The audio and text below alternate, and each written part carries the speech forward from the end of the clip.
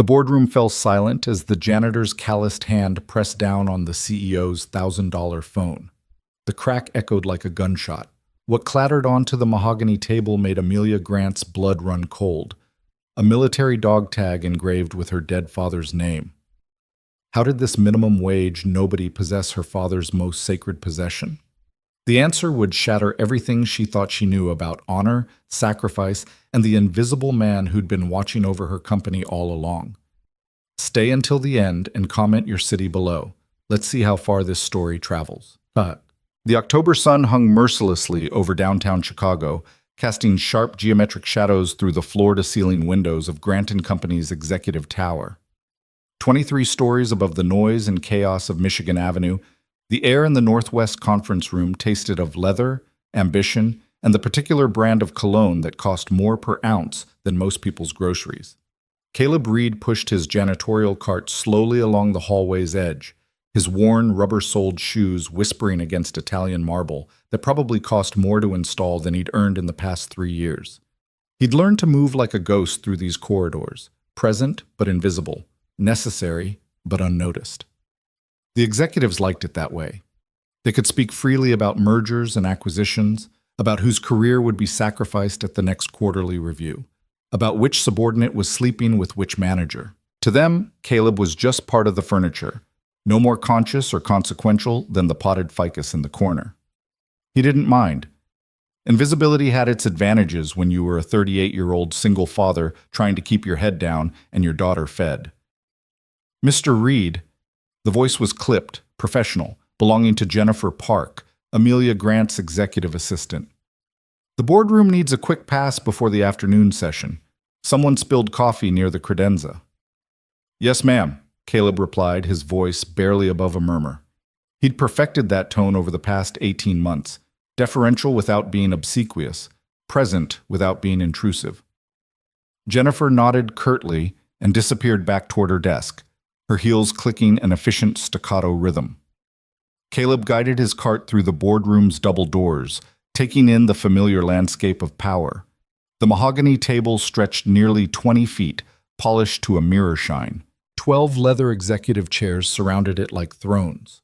The walls were decorated with enlarged photographs of Grant & Company's achievements, groundbreaking ceremonies, ribbon cuttings, awards presentations.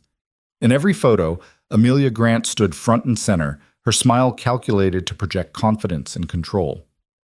Caleb found the coffee stain easily enough. A brown splash near the glass-topped credenza where someone had been careless with their afternoon espresso. He pulled out his cleaning supplies and got to work, moving with the practiced efficiency of someone who'd cleaned enough floors to circle the earth twice over. He was so focused on the task that he didn't hear the conference room door swing open again. I don't care what the logistics team says, Marcus. We're moving forward with the Valor Square project by December 1st, or heads will roll. Amelia Grant swept into the room like a storm system, her phone pressed to her ear, her free hand gesturing emphatically at points only she could see. She was tall, nearly 6 feet in the stiletto heels she favored, with dark hair pulled back in a style that probably had a fancy French name. Her charcoal suit was tailored precisely to her frame, and the diamonds in her ears caught the afternoon light with calculated brilliance. She was, Caleb had observed over many months, the kind of person who needed witnesses to her importance. I've sunk $3 million into preliminary design, Amelia continued, pacing near the windows. My father's legacy deserves better than departmental foot-dragging and union complaints. Make it happen, Marcus. That's why I pay you. She ended the call with a sharp tap and tossed the phone onto the conference table without looking, already moving toward the credenza where her coffee waited. The phone skittered across the polished surface, spinning slightly as it slid toward the far edge. Caleb saw it happening in slow motion, the $1,000 device heading straight for the table's corner, then the certain doom of the marble floor beyond. Without thinking, he straightened from his crouch and reached out, his hand intercepting the phone's trajectory just before disaster struck. The silence that followed lasted maybe 3 seconds, but it felt like 3 hours. Did you just... Amelia turned, her eyes wide with disbelief. Did you just touch my phone? Caleb froze, the device resting in his palm. He could feel the warmth of it, still hot from her grip and the processor working inside. I'm sorry, ma'am, it was going to fall. So you grabbed it? Without permission? Amelia's voice rose half an octave. Do you have any idea how much that costs? How much sensitive information is on that device? I was trying to help. By putting your dirty hands all over it? She crossed the distance between them in 4 sharp strides, her heels striking the floor like a judge's gavel. That phone costs more than you make in a month, probably more than you make in 2 months, and you just grabbed it like it was some plastic toy. Caleb looked down at his hands. They were clean. He'd scrubbed them twice before starting his rounds, the way he always did. But he understood what she meant. They were working hands, calloused hands, hands that cleaned toilets and mopped floors and emptied trash bins, hands that didn't belong in the same reality as $1,000 smartphones. I apologize, he said quietly. I should have let it fall. You should have stayed in your lane, Amelia snapped. She held out her hand imperiously. Give it back, carefully. Caleb moved to place the phone in her palm, but his thumb accidentally pressed the side button as he transferred it. The screen blazed to life, showing her home screen, a photo of herself accepting some award, he noticed, and the sudden illumination made him blink. His grip shifted. The phone slipped.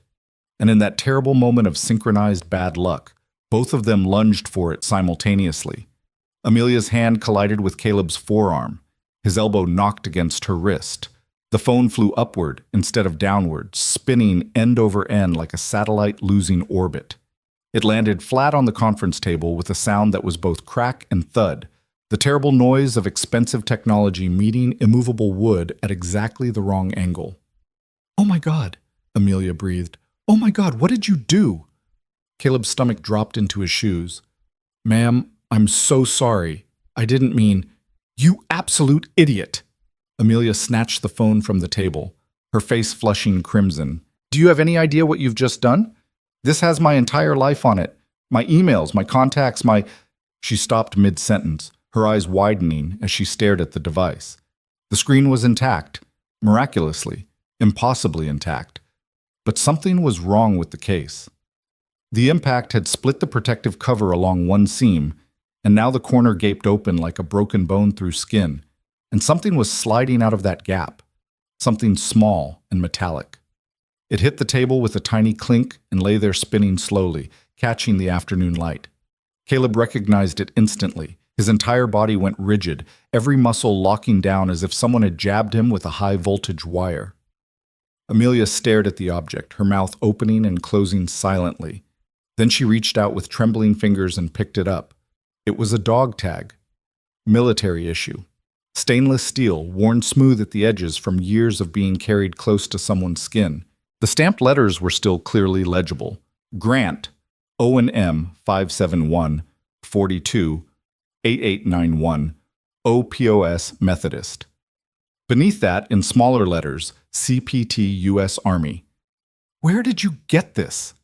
Amelia's voice was barely audible, each word emerging like she was pulling them from some deep, dark well. How do you have my father's dog tag? Caleb didn't answer immediately. He was too busy calculating trajectories and outcomes, trying to figure out how this moment had arrived 18 months ahead of schedule, trying to decide if the universe was cosmically aligned or catastrophically broken. Sir, I asked you a question. Amelia's hand clenched around the dog tag so hard her knuckles turned white. My father died 6 years ago. This tag was buried with him. So I'll ask you one more time, and if I don't get a straight answer, I'm calling security and possibly the police. How do you have Captain Owen Grant's identification tag?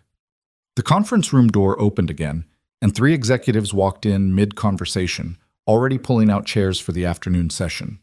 They stopped when they saw the frozen tableau, the CEO standing rigid with something clutched in her fist, the janitor standing equally still with his hands at his sides, and between them a tension thick enough to choke on.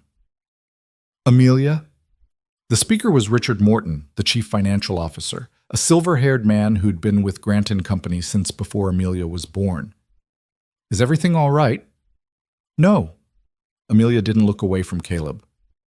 Richard, call security. This man has stolen something extremely valuable from me.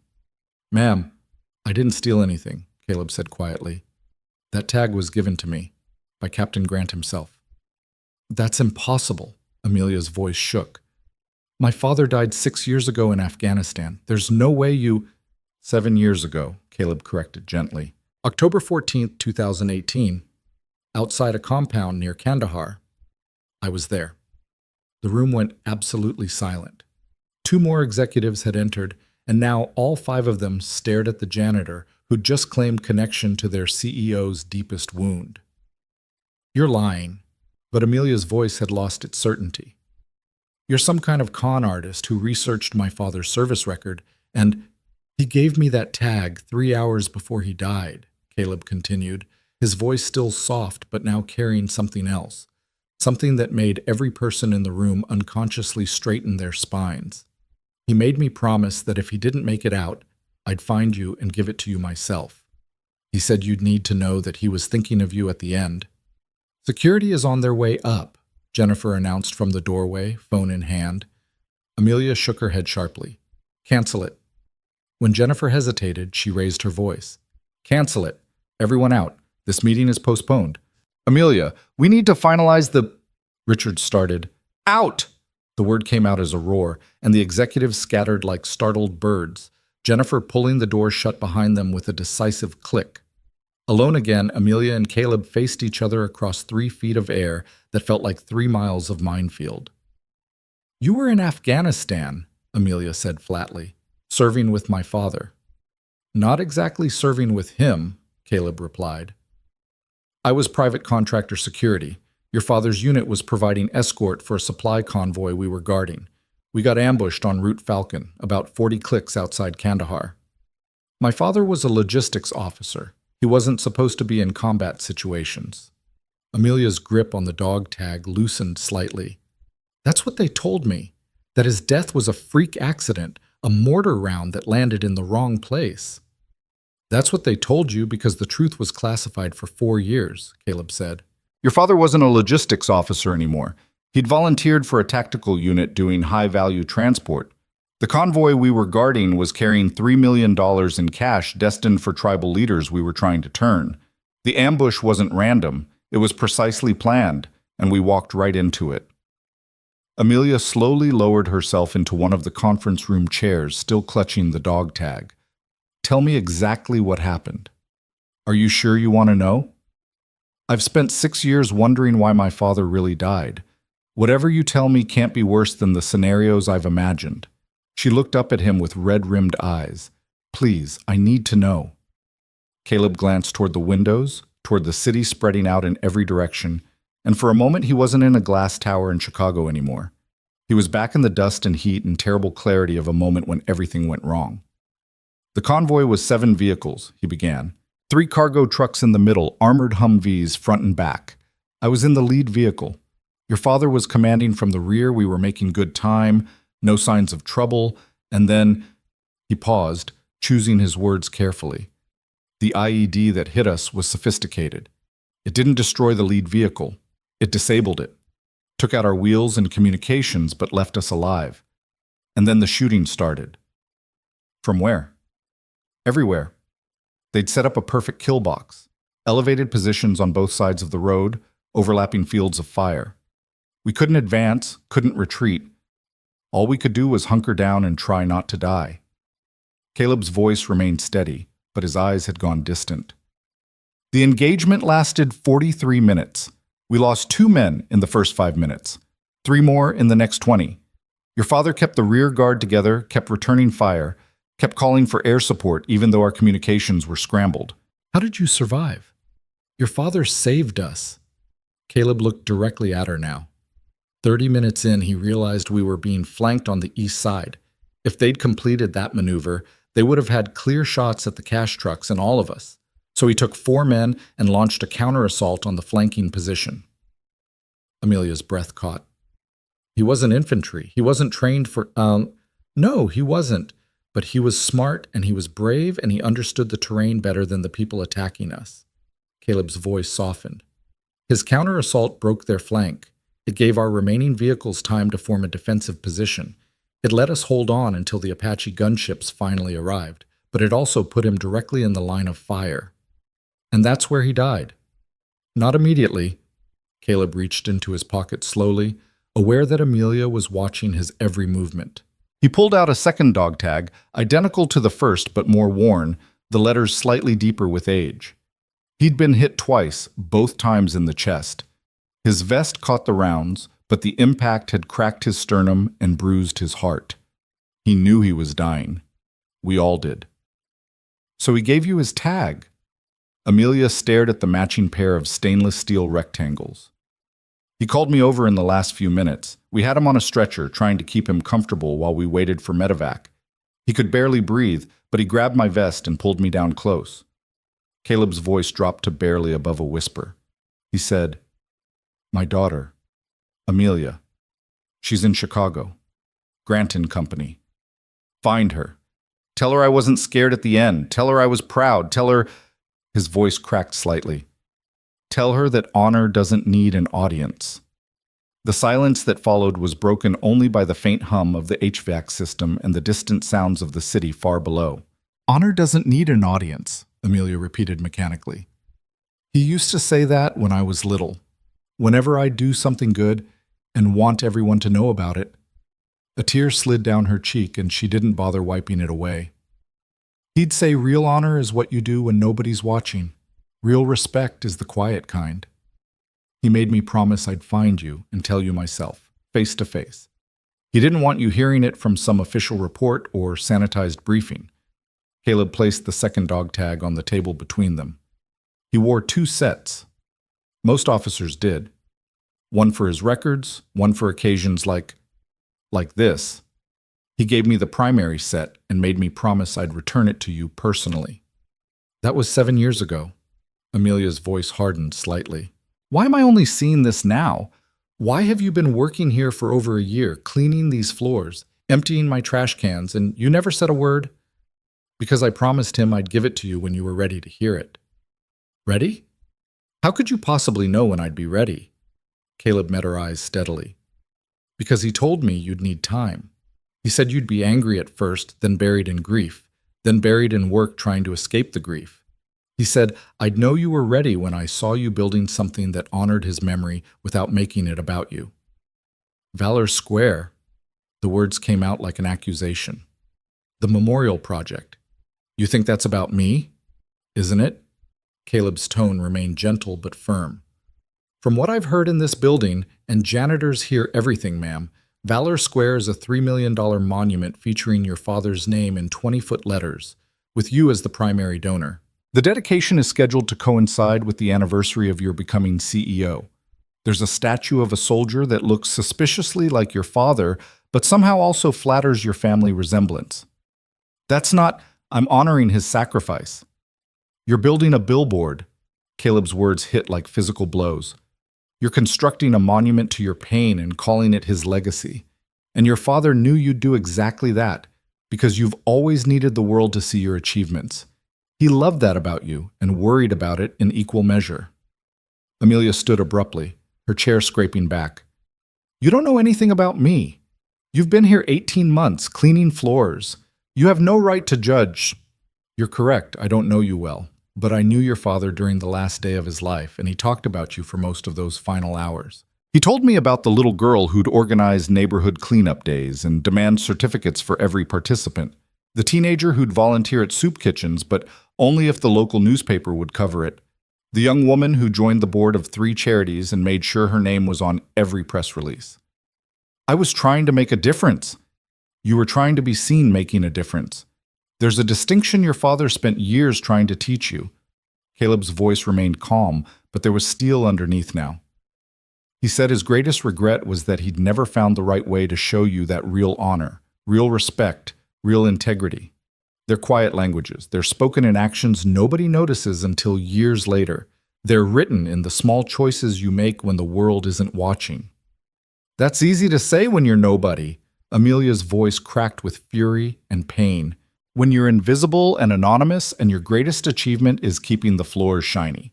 But some of us are trying to actually change things, to build things, to leave a mark on the world that matters." "And what mark are you leaving?"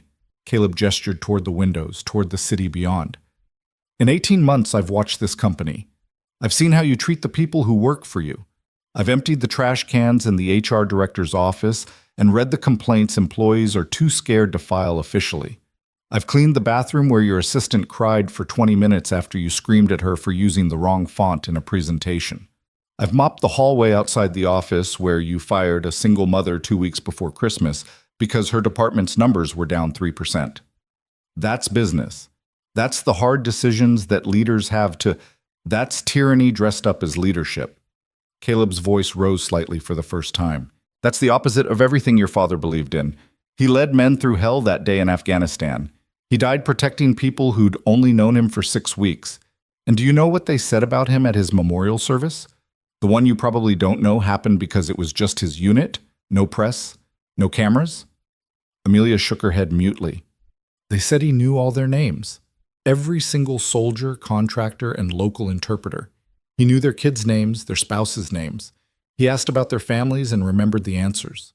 When one of the junior enlisted men got emergency leave for his mother's cancer, your father personally drove him to the airfield at 3 a.m. When an interpreter's brother was threatened by the Taliban, your father moved both of them into our compound and stood guard himself the first night. He was a good man, Amelia whispered. I know he was. He was. But you're not becoming him.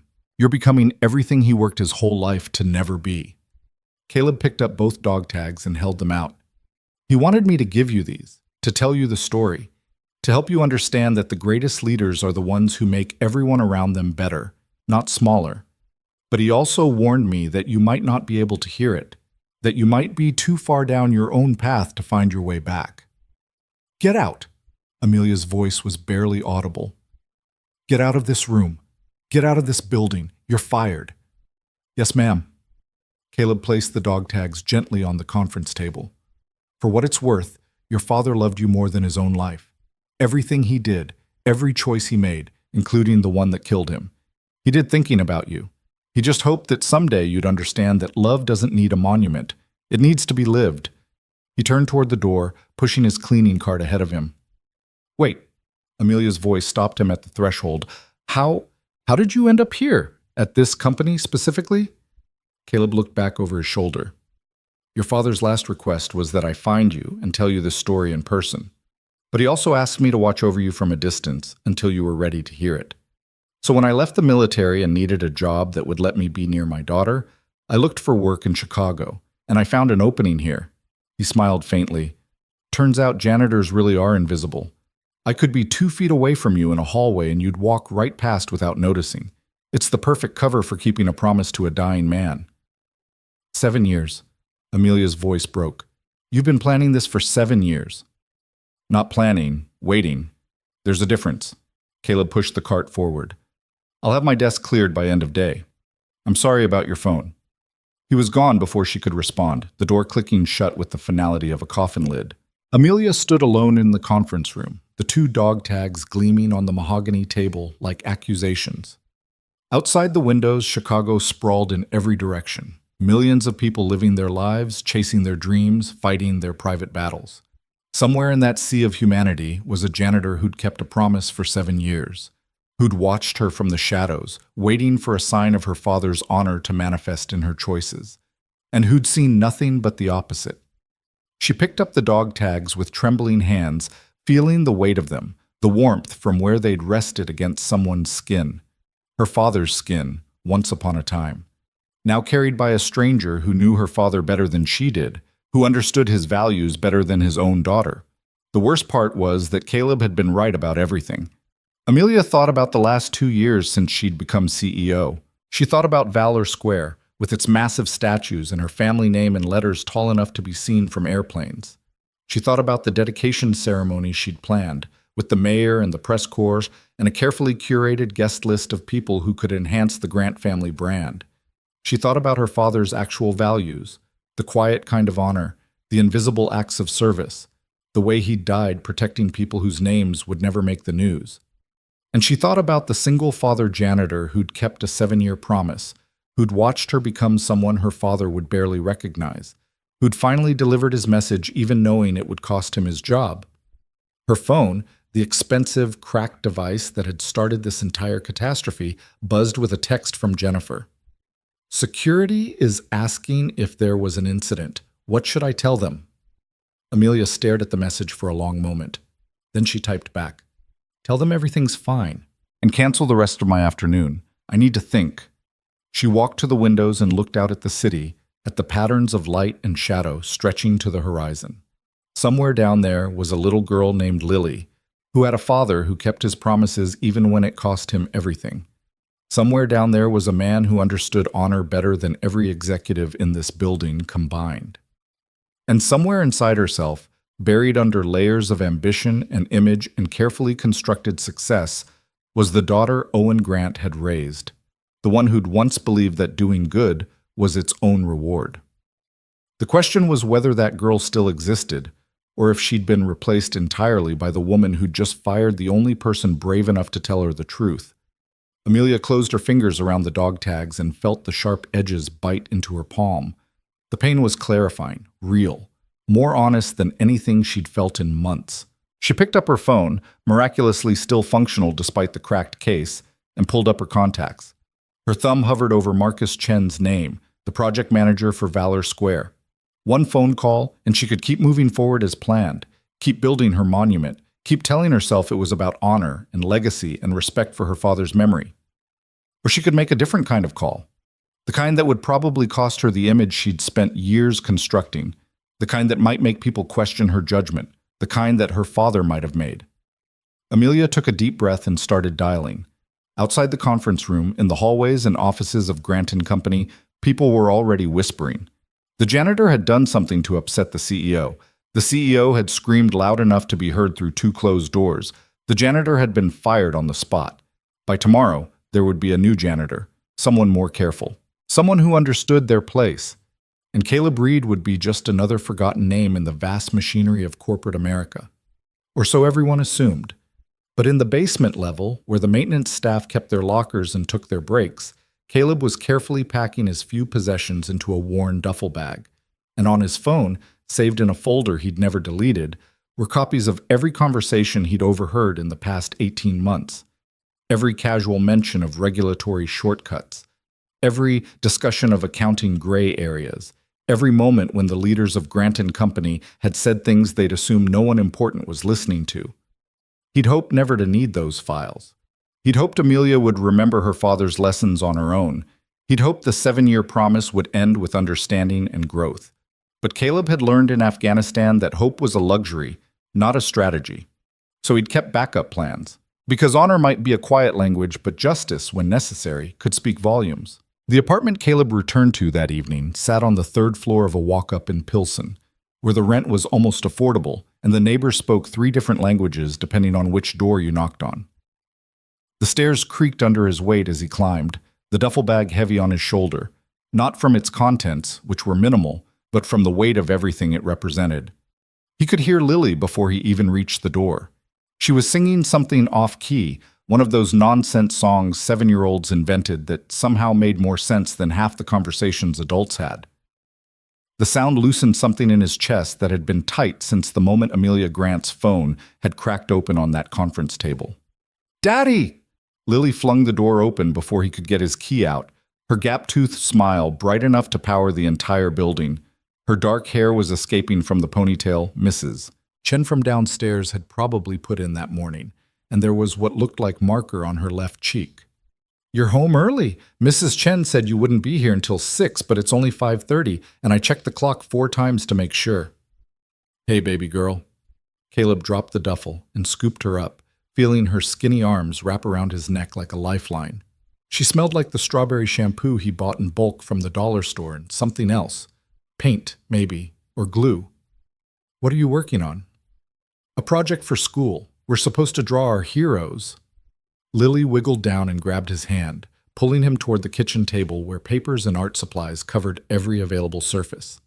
"I drew you, but Mrs. Chen said I should add more colors because heroes are supposed to be bright, and you're all gray and dark in my picture." Caleb looked at the drawing.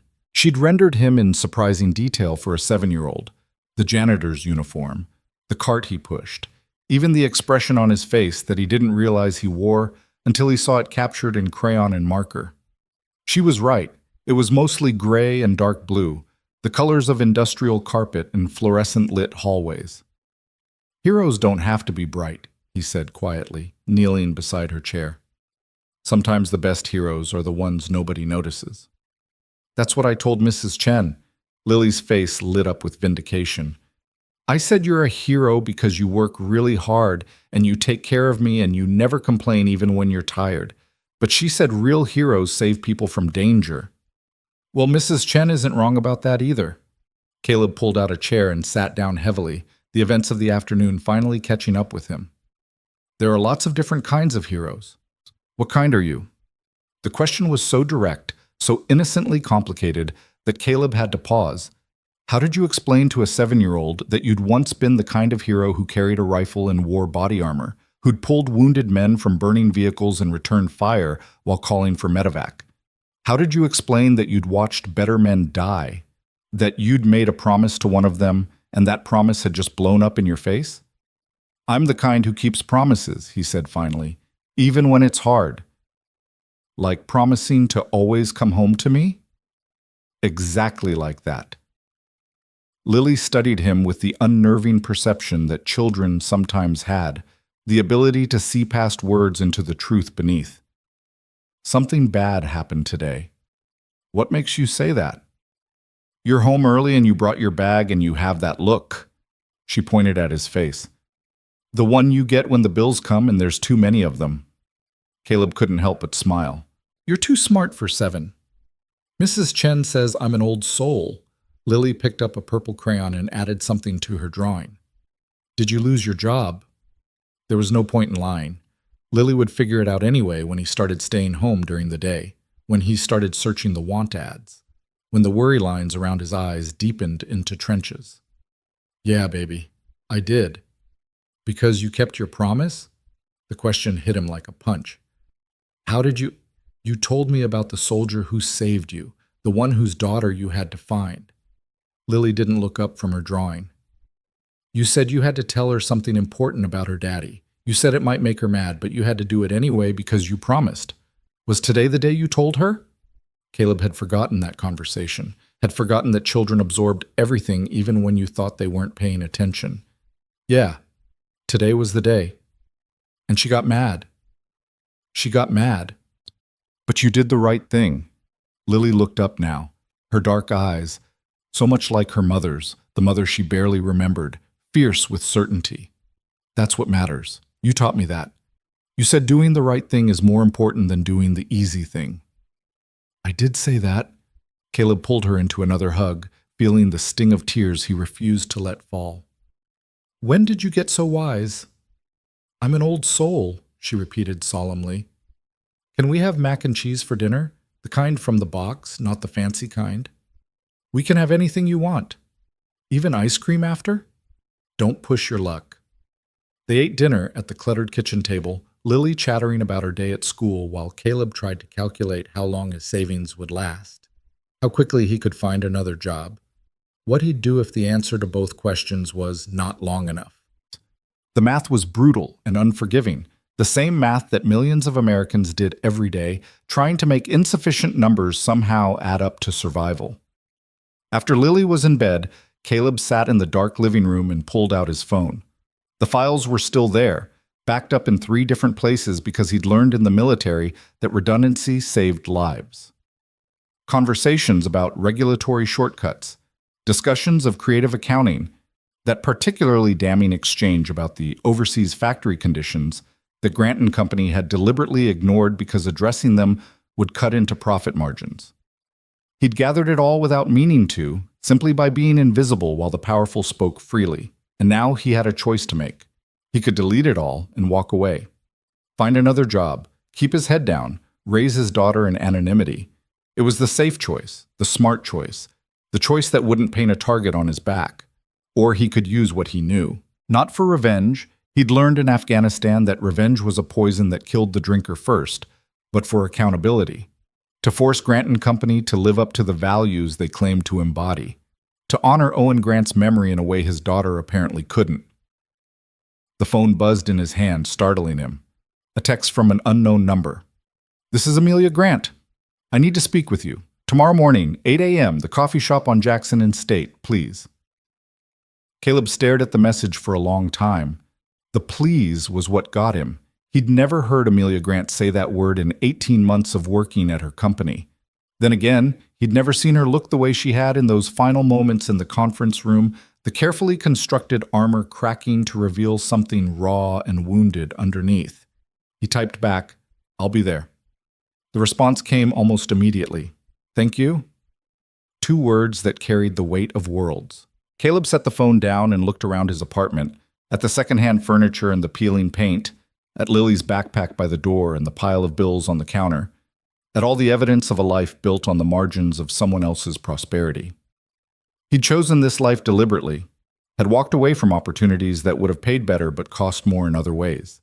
He'd chosen to be present for his daughter, to keep promises even when they were expensive, to live according to principles that seemed increasingly quaint in a world that rewarded ruthlessness and called it business acumen. But maybe, just maybe, those choices were about to mean something larger than his own small sphere. Sleep came late and brought dreams of dust and gunfire, of Owen Grant's face in those final moments, of promises made and kept, and yet somehow still unfulfilled. Morning arrived gray and cold, the kind of October day that reminded Chicago it was building toward winter. Caleb dropped Lily at school early. She had breakfast club on Wednesdays, one of the free programs he'd learned to navigate like a combat veteran navigating hostile territory, and then headed downtown on the Blue Line. The coffee shop was one of those places that served $12 lattes and had more varieties of milk than a dairy farm. Caleb ordered black coffee because it was cheapest and found a table near the window where he could watch the door. Old habits from the military, from a time when knowing who was entering a room could mean the difference between living and dying. Amelia arrived at exactly 8 o'clock, and Caleb almost didn't recognize her. She wore jeans and a simple sweater, her hair down around her shoulders, no makeup that he could detect. She looked younger without the armor of her executive uniform, and more tired, like she'd spent the night wrestling demons that had won more rounds than they'd lost. She spotted him and walked over, carrying her own coffee, something complicated and topped with foam. "Thank you for coming." "You said please." Caleb gestured to the chair across from him. That seemed significant. Amelia sat down, cradling her cup like it was the only warm thing in a cold world. "I didn't sleep last night. I kept thinking about everything you said, about my father, about who I've become." She looked up and met his eyes. "You were right, about all of it. I didn't tell you those things to be right. I told you because your father asked me to." "I know, that's what makes it worse." She pulled something from her pocket, the 2 dog tags threaded now on a simple chain. "I've been wearing these since yesterday, trying to remember what it felt like when he was alive, when I was the person he thought I could become." "And what did you remember?" "That I used to care more about doing good than looking good. That I used to volunteer at homeless shelters without calling the press first. That my father used to tell me the measure of a person wasn't what they did on stage, but what they did in the shadows." Amelia's voice cracked slightly. "When did I forget all of that?" "Probably around the same time most people do, when the world started rewarding you for the performance instead of the substance." Caleb sipped his coffee. "It's not unique to you. It's the way our culture works now. Everything's about the image, the brand, the narrative you can sell. That doesn't make it right." "No, it doesn't." They sat in silence for a moment, surrounded by the ambient noise of the coffee shop, the hiss of the espresso machine, the murmur of other conversations, the clink of cups on saucers. Outside the window, Chicago woke up and went to work, millions of people living their lives, most of them trying their best with whatever they had. "I called Marcus Chen last night," Amelia said finally, "the project manager for Valor Square. I told him we're canceling the entire project." Caleb's eyebrows rose. "That's a bold move." "It's the right move. The whole thing was a monument to my ego dressed up as my father's legacy." She twisted the dog tag chain around her fingers. $3 million that could have actually helped people, actually made a difference, and I was going to spend it on a statue of my father that somehow looked like me. What kind of narcissistic... She stopped, took a breath. "Anyway, it's canceled." "What will you do instead?" "I don't know yet. That's part of why I wanted to talk to you." Amelia leaned forward. You knew my father. You understood what he valued. And you've been watching this company for 18 months. If you were going to honor his memory in a way that actually mattered, what would you do? The question was sincere, and Caleb took his time answering. Your father cared about people who were invisible. The ones doing essential work that nobody noticed or valued. The interpreters who risked their lives to help us. The local vendors who fed us. The junior enlisted soldiers who did the actual heavy lifting while officers got the credit. He met her eyes. If you really want to honor him, you'd start by seeing the people in your own company that you've trained yourself not to notice. The support staff, maintenance, cleaning crews. All of them. The people who make your company function, but whose names you don't know. The single mothers working 2 jobs to feed their kids. The immigrants sending money home to families in countries you've never thought about. The people one medical emergency away from complete financial collapse. Caleb's voice remained gentle but firm. Your father died protecting people like that. He thought they mattered as much as anyone else. Maybe you could start by acting like you believe that too. Amelia was quiet for a long moment, her fingers still worrying the dog tag chain. I fired you yesterday, said some terrible things. You were angry. You had a right to be. No, I didn't. You were telling me the truth and I punished you for it because the truth hurt. She looked up. I want to unfire you, bring you back with a proper salary this time. And I want your help fixing what I've broken. I appreciate that, but before you say no, let me finish. Amelia's words came faster now, like she'd been rehearsing this. I've been CEO for 2 years and I've made this company more profitable and more miserable in equal measure. The numbers look great, but the culture is toxic. People are scared of me. They should respect me, but instead they fear me, and I'm smart enough to know those aren't the same thing. She paused. My father would be ashamed of what I've built. I need to fix it. And I can't do that without help from someone who isn't afraid to tell me when I'm wrong. There are consultants for that. People with degrees in organizational behavior.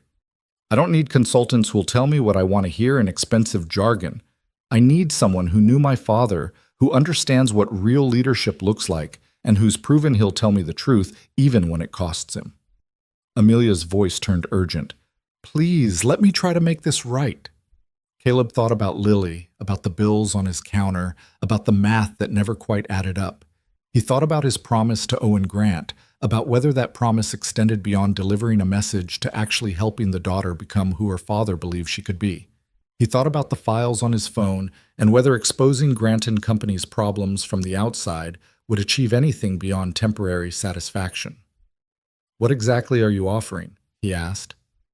Director of Facility Operations. Real salary, benefits, office on the executive floor.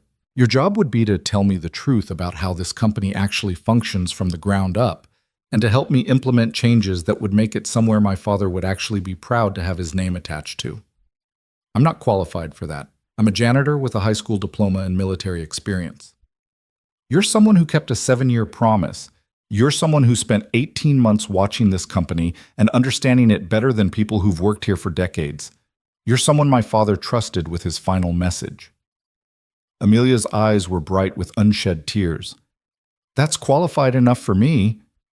What about the rest of your executive team? They're not going to accept some janitor suddenly sitting in on board meetings. Then they can resign. The steel in her voice reminded him suddenly of Owen Grant under fire, making impossible decisions with absolute certainty. This is my company. My father built it from nothing and left it to me. If I want to promote someone who actually understands its values, that's my prerogative. People will think you've lost your mind. Good. I've been too concerned with what people think for too long. She reached across the table and gripped his hand. Please, Caleb, let me try to do better. Let me try to be someone my father would recognize. Caleb looked at their joined hands, hers soft and manicured, his calloused and scarred, and thought about all the different ways this could go wrong. He thought about Lily asking him what kind of hero he was. He thought about Owen Grant's blood soaking into Afghan dirt while he made Caleb promise to watch over his daughter. I have conditions, he said. Relief flooded Amelia's face. Name them. First, I keep my same schedule. I still need to drop my daughter at school and be there when she gets home. Whatever hours I work have to accommodate that. Done. Second, I want full transparency. Access to all departments, all meetings, all records. If I'm going to help you understand what's really happening in your company, I need to see everything. Agreed. Third, when I tell you something you don't want to hear, you don't fire me. You might disagree with me, you might argue, but you don't punish honesty. That's non-negotiable. I understand. And fourth, Caleb pulled his hand back and looked her straight in the eye. The first priority isn't profit or image or even your father's legacy. It's the people at the bottom of your org chart, the ones making minimum wage and scared to take sick days. We fix their reality first, and everything else follows from that. If you can't commit to that, then this conversation ends here. Amelia didn't hesitate. That's exactly what I want to do. I just don't know how. That's what I'm for. Caleb felt something shift in his chest, the sense of a path opening up that he hadn't seen before. But you need to understand what you're committing to. Real change is expensive. It'll hit your profit margins. It'll make your shareholders unhappy. Some of your executives will fight you every step of the way, and some will quit rather than adapt. Are you ready for that? Are you asking if I'm willing to choose people over profit? I'm asking if you're willing to choose principles over comfort, because the road you're talking about walking isn't easy, and there's no turning back halfway through. Either you commit completely or you don't start at all. Amelia looked down at the dog tags around her neck, at the name stamped into stainless steel, her father's name, her family's name, a legacy that had been twisted into something unrecognizable. When she looked up again, her jaw was set with determination that would have made Owen Grant proud. My father died protecting people who couldn't protect themselves. He died believing that honor meant something, that sacrifice wasn't just a word we used in speeches. If I can't live up to that in a corporate boardroom where the worst thing that'll happen is I lose money, she shook her head, then I don't deserve to carry his name. All right then, Caleb extended his hand across the table. I'll take the job. But we do this right, or we don't do it at all. Amelia shook his hand firmly. When can you start? I need to call Lily's school and update my emergency contacts. Then I need to go home and put on the only decent shirt I own that doesn't have cleaning solution stains on it. He checked his watch. I can be at your office by noon. Perfect. I'll have HR draw up the paperwork. Amelia stood, then paused. Caleb, thank you for keeping your promise, for telling me the truth, for giving me a chance to do better. Don't thank me yet. Wait until you see how much this is going to cost you. She smiled, a real smile, not the calculated expression he'd seen in 18 months of watching her from a distance. My father used to say the most important things always cost more than you want to pay. I guess I'm about to learn what he meant. After she left, Caleb sat alone with his cooling coffee and thought about the strange trajectory his life had taken. 7 years ago, he'd been bleeding in the Afghan desert while a dying man made him promise to find his daughter. Yesterday, he'd been fired for keeping that promise. Today, he was about to become an executive at a major corporation despite being wildly unqualified on paper. His phone buzzed with a text from Mrs. Chen. Lily forgot her lunch. Can you drop it off? Real life, asserting itself in the middle of impossible circumstances. Caleb smiled and typed back, on my way. He stopped by the apartment, grabbed Lily's lunchbox, she'd decorated it with stickers of cartoon characters he didn't recognize, and headed to her school. The building was old and underfunded, the kind of place that had been next on the list for renovations for the past decade. The teachers were dedicated but exhausted, trying to do impossible work with insufficient resources. Caleb signed in at the front office and waited while they called Lily down. She appeared a few minutes later, slightly out of breath from running. Daddy! She threw her arms around him. Mrs. Chen texted you about my lunch? She did. Here you go. He handed over the lunchbox. What do you have this afternoon? Art class. We're making collages about people who inspire us. I'm doing mine about you. She lowered her voice conspiratorially. But don't tell Mrs. Chen I'm using the gray colors. She still thinks heroes have to be bright. Your secret's safe with me. Caleb knelt down to her level. Hey, I have some news. Remember how I lost my job yesterday? Lily's face fell. Yeah. Well, I got a new one, a better one. It means I'll be able to pick you up from school every day like always, but it also means things are going to be okay. We're going to be okay. Because you kept your promise? Because I kept my promise. Lily hugged him tightly. I told you doing the right thing matters. You did. You were right. I'm an old soul, she said solemnly, making him laugh. On the way back downtown, Caleb called his old unit commander, the one who'd helped him navigate civilian life after Afghanistan. Tom? It's Caleb Reed. I need to run something by you. Caleb, haven't heard from you in months. What's going on? Remember that promise I told you about? The one to Owen Grant? The one where you were supposed to find his daughter and deliver his message? Yeah, I remember. You ever do that? Yesterday. It didn't go quite how I expected. But Caleb gave him the abbreviated version. The cracked phone, the dog tags, the confrontation, the firing, and now the unexpected job offer. Am I crazy for taking this? I'm not qualified to run anything. Tom was quiet for a moment. You remember that night outside Kandahar when our convoy got hit and the lieutenant froze? You're the one who took over, organized the defense, got everyone into cover, and held position until the cavalry arrived. You saved 11 lives that night, and you weren't qualified for any of that either. That was different. How? Leadership is leadership, whether you're under fire or in a boardroom. The principles don't change. Take care of your people, tell the truth, make the hard calls, and don't ask anyone to do something you wouldn't do yourself. Tom's voice turned serious. Owen Grant chose you for a reason, Caleb. He saw something in you. Maybe it's time you started seeing it too. Or maybe I'm about to make a spectacular fool of myself. That too. But at least it'll be interesting, Tom laughed. Keep me posted. And Caleb, I'm proud of you, man. Not everyone keeps promises when they're expensive. By noon, Caleb was walking through the lobby of Grant & Company in his best shirt and the sport coat he'd bought at Goodwill 3 years ago. He felt like an imposter, waiting for someone to realize the mistake and escort him back to his cleaning cart. But the security guard waved him through without question, and the elevator carried him smoothly to the executive floor. Jennifer Park looked up from her desk and did a double take. Mr. Reed? I have a meeting with Ms. Grant. Yes, she told me. Jennifer seemed to be searching for words. This is unexpected. Tell me about it. Amelia's office door opened and she emerged, back in her professional armor, but somehow wearing it differently than before. Caleb, come in. Jennifer, hold my calls for the next hour.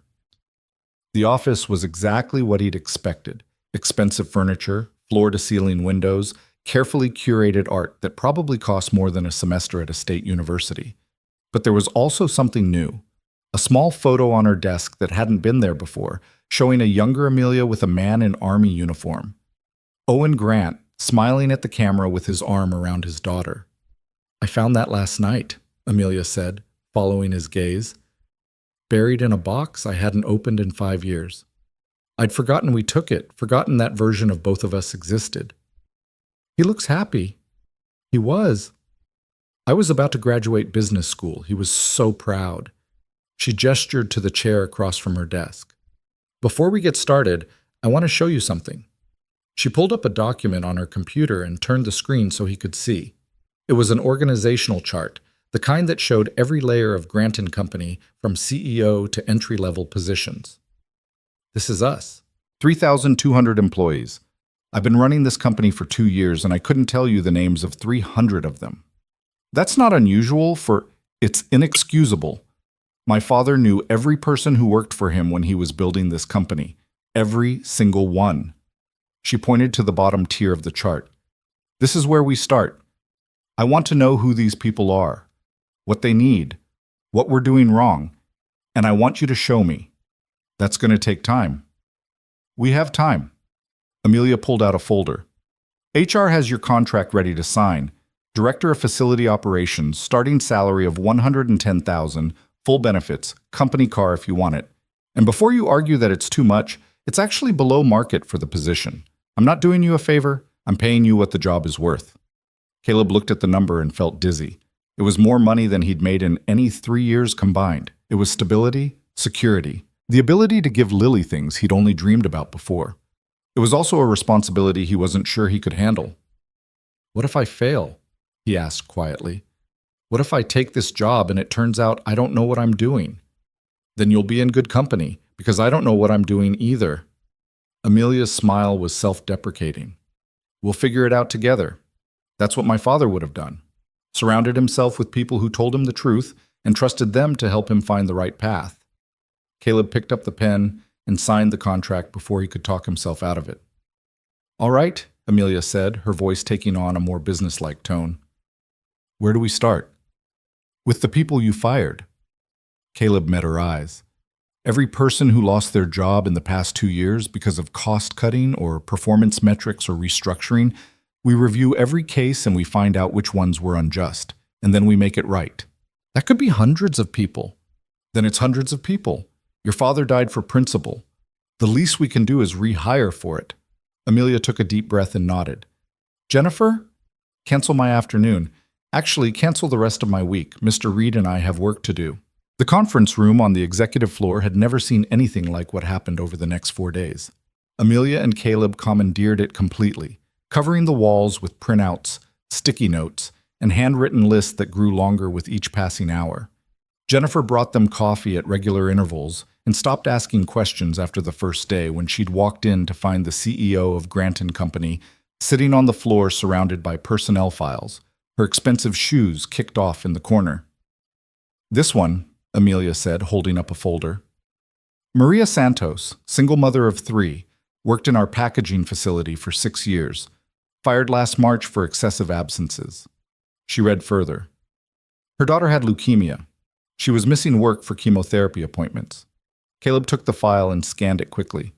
The termination paperwork was coldly efficient, citing company policy about attendance requirements without any mention of extenuating circumstances. Did anyone from HR talk to her about FMLA? About accommodations? If they did, it's not documented here. Amelia's voice was tight. This is my signature on the termination approval. I signed off on firing a woman whose child had cancer because she was missing too much work to take care of her. You didn't know the details. I should have asked. She pulled out her phone. What's her number? It's in the file, but Amelia... Caleb watched as she dialed. It's been 7 months. She might not want to hear from you. Then she can tell me that herself. The phone rang 4 times before a cautious voice answered. Hello? Ms. Santos? This is Amelia Grant from Grant & Company. I'm calling about your termination last March. Amelia's voice was steady, but there was something vulnerable in it, something that hadn't been there before. I wanted to apologize personally and discuss bringing you back if you're interested. The silence on the other end lasted so long that Caleb thought the call had dropped. Then Maria Santos said, Is this some kind of joke?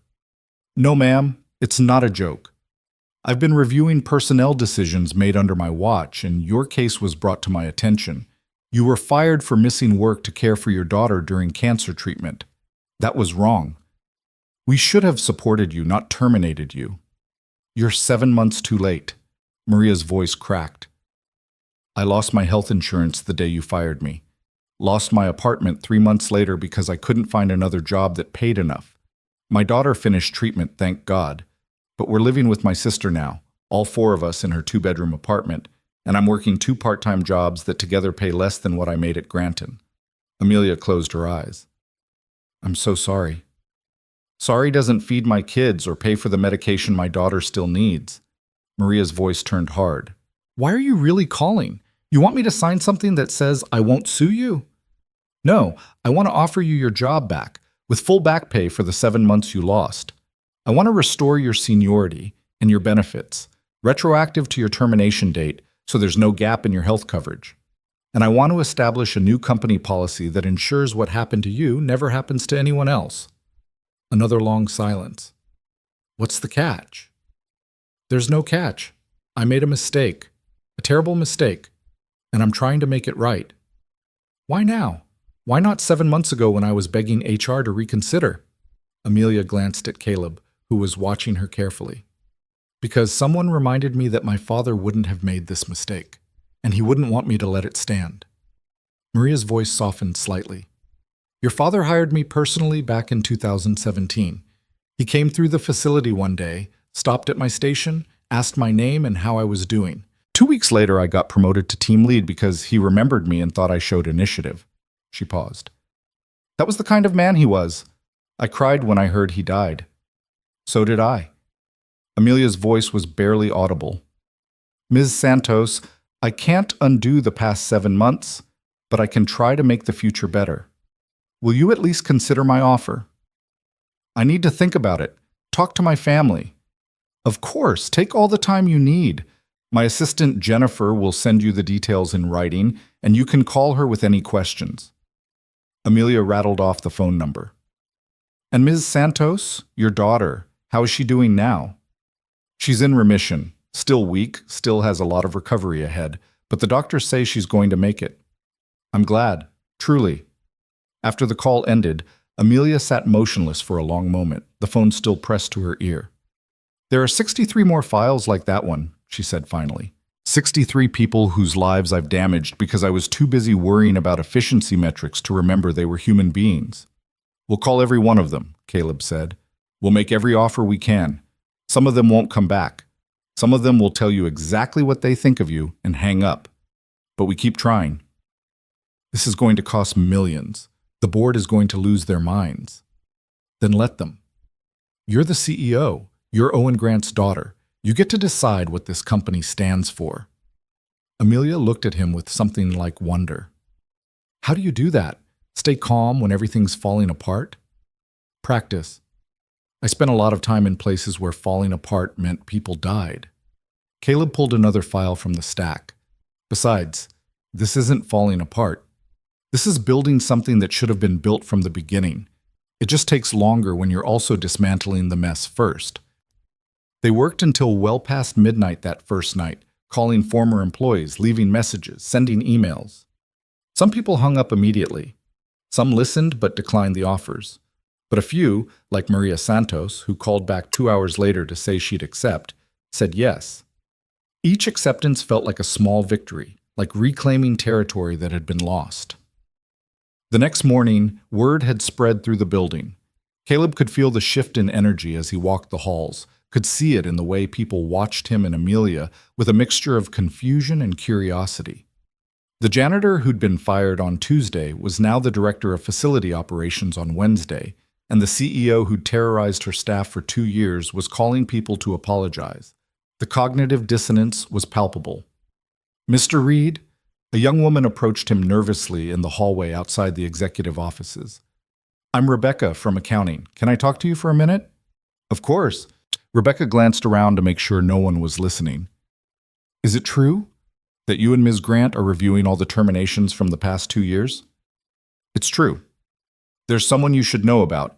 His name is David Chen, no relation to your neighbor, I assume. He was in IT, got fired 6 months ago for supposedly violating data security policies. She lowered her voice further. But that's not what really happened. He found evidence that one of the senior VPs was using company resources for his personal consulting business. When David reported it through proper channels, the VP got him fired instead, made up the security violation and had enough influence to make it stick. Caleb felt his jaw tighten. Do you have proof of this? I have emails. David sent them to me before they deleted his access, asked me to keep them safe in case he needed them for a lawsuit. He never filed, though, couldn't afford a lawyer. Rebecca pulled out her phone. I can forward them to you if you want. I probably should have done something sooner, but I was scared of losing my own job. I understand, and yes, please send them. Do you know how to reach David? I have his number. He's working at a computer repair shop now, making about 1/3 of what he made here. She hesitated. Mr. Reed, what you and Ms. Grant are doing, it's giving people hope. We've been scared for so long, scared to speak up, scared to make mistakes, scared to be human. Maybe things are actually going to change. We're going to try, but we need people like you to help us. People who know where the problems are. Caleb pulled out one of his new business cards. Jennifer had insisted on ordering them immediately and handed it to Rebecca. If you see something wrong, something that goes against what you think this company should be, I want you to tell me. No retaliation, no consequences, just honest feedback.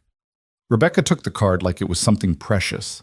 My mom worked here back when your dad ran the company, she said to Amelia, who'd emerged from her office. She always said it was the best job she ever had, that Mr. Grant treated everyone with respect, from executives to janitors. She was heartbroken when he died and even more heartbroken watching what the company became after. She looked directly at Amelia. She'd be really happy to know you're trying to bring that back. After Rebecca left, Amelia stood in the hallway staring at nothing. How many more are there? How many more Davids and Marias and people who got crushed because I was too arrogant to pay attention? Probably a lot, Caleb said honestly, but we're going to find them. And we're going to make it right. By Thursday afternoon, they'd contacted 47 former employees and received acceptances from 19. They'd also uncovered 3 additional cases of wrongful termination, like David Chen's, where people had been fired for challenging unethical behavior. Each discovery made Amelia's face a little paler, her determination a little fiercer. The emergency board meeting was called for Thursday evening. Richard Morton, the CFO, had insisted on it after hearing about the rehiring initiative. The board members filed into the conference room at 6 p.m. with expressions ranging from concern to hostile. Caleb stood in the back corner, watching as Amelia took her place at the head of the table. I assume you've all seen the memo about recent personnel changes, Amelia began without preamble. I want to address your concerns directly. Concerns? Marcus Blackwell, one of the largest shareholders, leaned forward aggressively. Amelia, you've gone insane. You're talking about spending millions to rehire people we fired for cause. You've promoted a janitor to an executive position. You've canceled Valor Square, which was supposed to be a major PR win for us. What the hell is going on? I'm fixing mistakes that should never have been made. Mistakes? Blackwell's face reddened. Those terminations were strategic decisions approved by HR and legal. We cut underperforming staff to improve efficiency. That's basic business. We fired a woman whose daughter had cancer, Amelia said flatly. We fired a man who reported ethics violations. We fired dozens of people who made the crime of being human, of having sick children or medical emergencies or the audacity to question practices they knew were wrong. That's not business. That's cruelty. It's the real world, said Patricia Vance, who chaired the compensation committee. Companies can't function if they accommodate every employee's personal drama. We have shareholders to answer to, profits to maintain. My father built this company on the principle that profit and people aren't mutually exclusive, Amelia replied. He proved you could be successful while treating employees with dignity. We've strayed from that, and I'm bringing us back. Richard Morton spoke up, his tone more measured than the others. Amelia, I understand you're having an emotional response to your father's legacy, but you need to think practically. The market won't reward us for being compassionate. They'll punish us for reduced margins. Then let them punish us. I'd rather run a company worth respecting than one that's merely profitable. Amelia stood, placing her palms flat on the table. My father died protecting people he barely knew because he believed every life had equal value. I've spent 2 years running this company like people were disposable resources. That ends now. You can't make these decisions unilaterally, Blackwell said. We have a fiduciary responsibility, and I have a moral one. Amelia's voice cut through his objection. This is still the company my father built, still carries his name. I won't let it be a monument to everything he opposed. If you can't support that, you're welcome to sell your shares. The room erupted in argument. 3 board members talking over each other, demanding explanations, threatening votes of no confidence. Through it all, Amelia stood firm, and Caleb watched from his corner with growing respect. This was who Owen Grant had hoped his daughter would become, someone willing to take fire for her principles. Enough. The single word from Richard Morton silenced the room. He was the oldest member of the board, had known Owen Grant personally, carried enough respect that even Blackwell deferred to him. I worked with Owen for 23 years, built this company alongside him from a warehouse operation to what we are now. And I'll tell you something about the man. He would have done exactly what Amelia is doing. Richard, you can't seriously, Patricia began. I can, and I am. Richard looked at each board member in turn. Owen used to say that the true measure of a company wasn't its market cap, but whether its employees could look their children in the eye and be proud of where they worked. We've lost that. Amelia's trying to get it back. It might cost us in the short term, but companies built on exploitation always collapse eventually. Better to reform ourselves now than implode later. This is corporate suicide, Buka, Blackwell muttered. No, Caleb said quietly from his corner, speaking for the first time. Everyone turned to look at him. Corporate suicide is what you've been doing, burning through employees like disposable resources, creating a culture of fear, cutting corners on safety and ethics to squeeze out another percentage point of profit. You think that's sustainable? You think talented people want to work for companies that treat them like garbage? And you are? Blackwell's tone dripped contempt. Someone who was in Afghanistan when Captain Owen Grant died protecting people he didn't have to protect. Someone who watched him make the choice between personal safety and doing what was right, and who saw him choose right without hesitation. Caleb moved away from the wall. He asked me to watch over his daughter, to help her understand what really mattered. That's what I'm doing. If you have a problem with that, we can discuss it, but don't mistake compassion for weakness or ethics for naivety. The room went quiet. Blackwell stared at Caleb like he was trying to decide whether to be angry or intimidated, then apparently chose neither and looked away. I'm calling for a vote, Patricia said finally. All in favor of halting this rehiring initiative and the associated policy changes? 3 hands went up. Blackwell, Patricia, and one other board member, Caleb, didn't know. Opposed? 4 hands, including Richard's. The motion fails, Richard said with satisfaction. Amelia, you have the board's support. Narrow support, but support nonetheless. Just try not to bankrupt us in the process of finding your conscience. Thank you, Amelia said quietly. I know this isn't easy for any of you, but I promise you'll see results. Real, measurable improvement in employee satisfaction, retention, and productivity. Give me 6 months to prove it works. After the board members filed out, Amelia collapsed into her chair like someone had cut her strings. I thought I was going to throw up the entire time. You did well, Caleb said. Your father would have been proud. Would he? I spent 2 years doing everything he'd hate. 2 years. She looked up at him. How do I make up for that? One day at a time, one decision at a time, one person at a time. Caleb pulled out his phone. Speaking of which, I got a text from David Chen. He wants to meet tomorrow to discuss coming back. And Maria Santos called again. She wants to know if we can help relocate her family into better housing as part of the benefits package. Can we do that? We can if you authorize it. Company-assisted housing program for employees facing hardship. It's not unprecedented.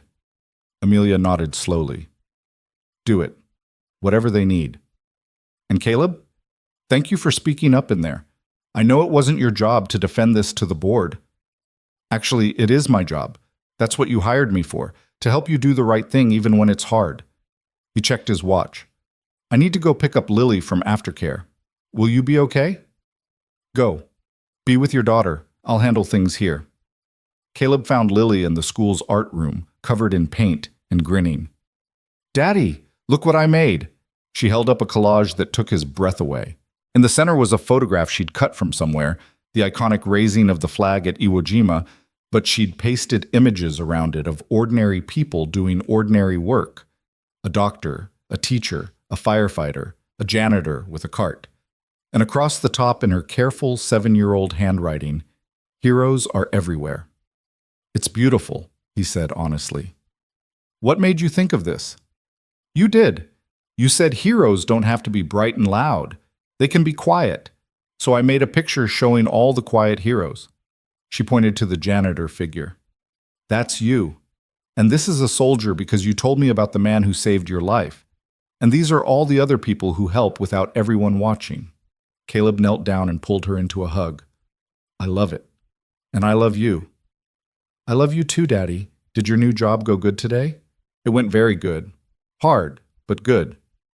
That's what the best things are, Lily said with the wisdom of an old soul. Mrs. Chen says anything worth doing is worth doing even when it's hard. Mrs. Chen is very smart. On Friday morning, Caleb arrived at the office to find a small crowd gathered in the lobby. Former employees holding letters or printed emails, looking nervous and hopeful in equal measure. Maria Santos was there with her 3 children, the youngest clinging to her leg. David Chen stood near the back, talking quietly with a woman Caleb didn't recognize. Amelia emerged from the elevator and stopped when she saw them. For a moment, she looked terrified. Then she straightened her shoulders and walked forward. "Thank you all for coming," she said, her voice carrying across the lobby. "For those of you who don't know me personally, I'm Amelia Grant.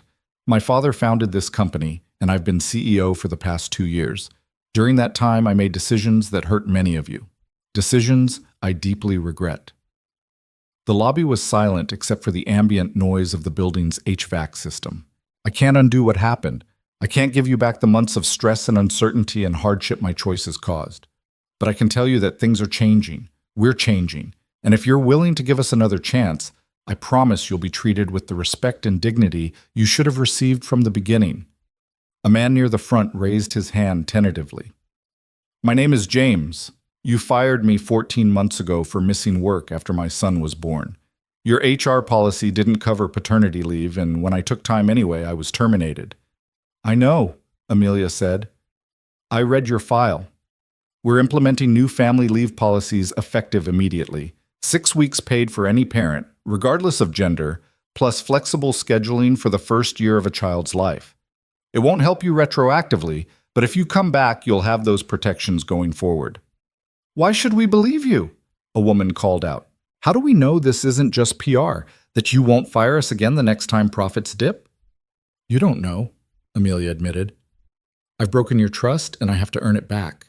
That's going to take time, but I'm willing to put my money where my mouth is." She pulled out her phone and pulled up something on the screen. "I'm establishing a whistleblower fund, $5 million, managed by an independent third party.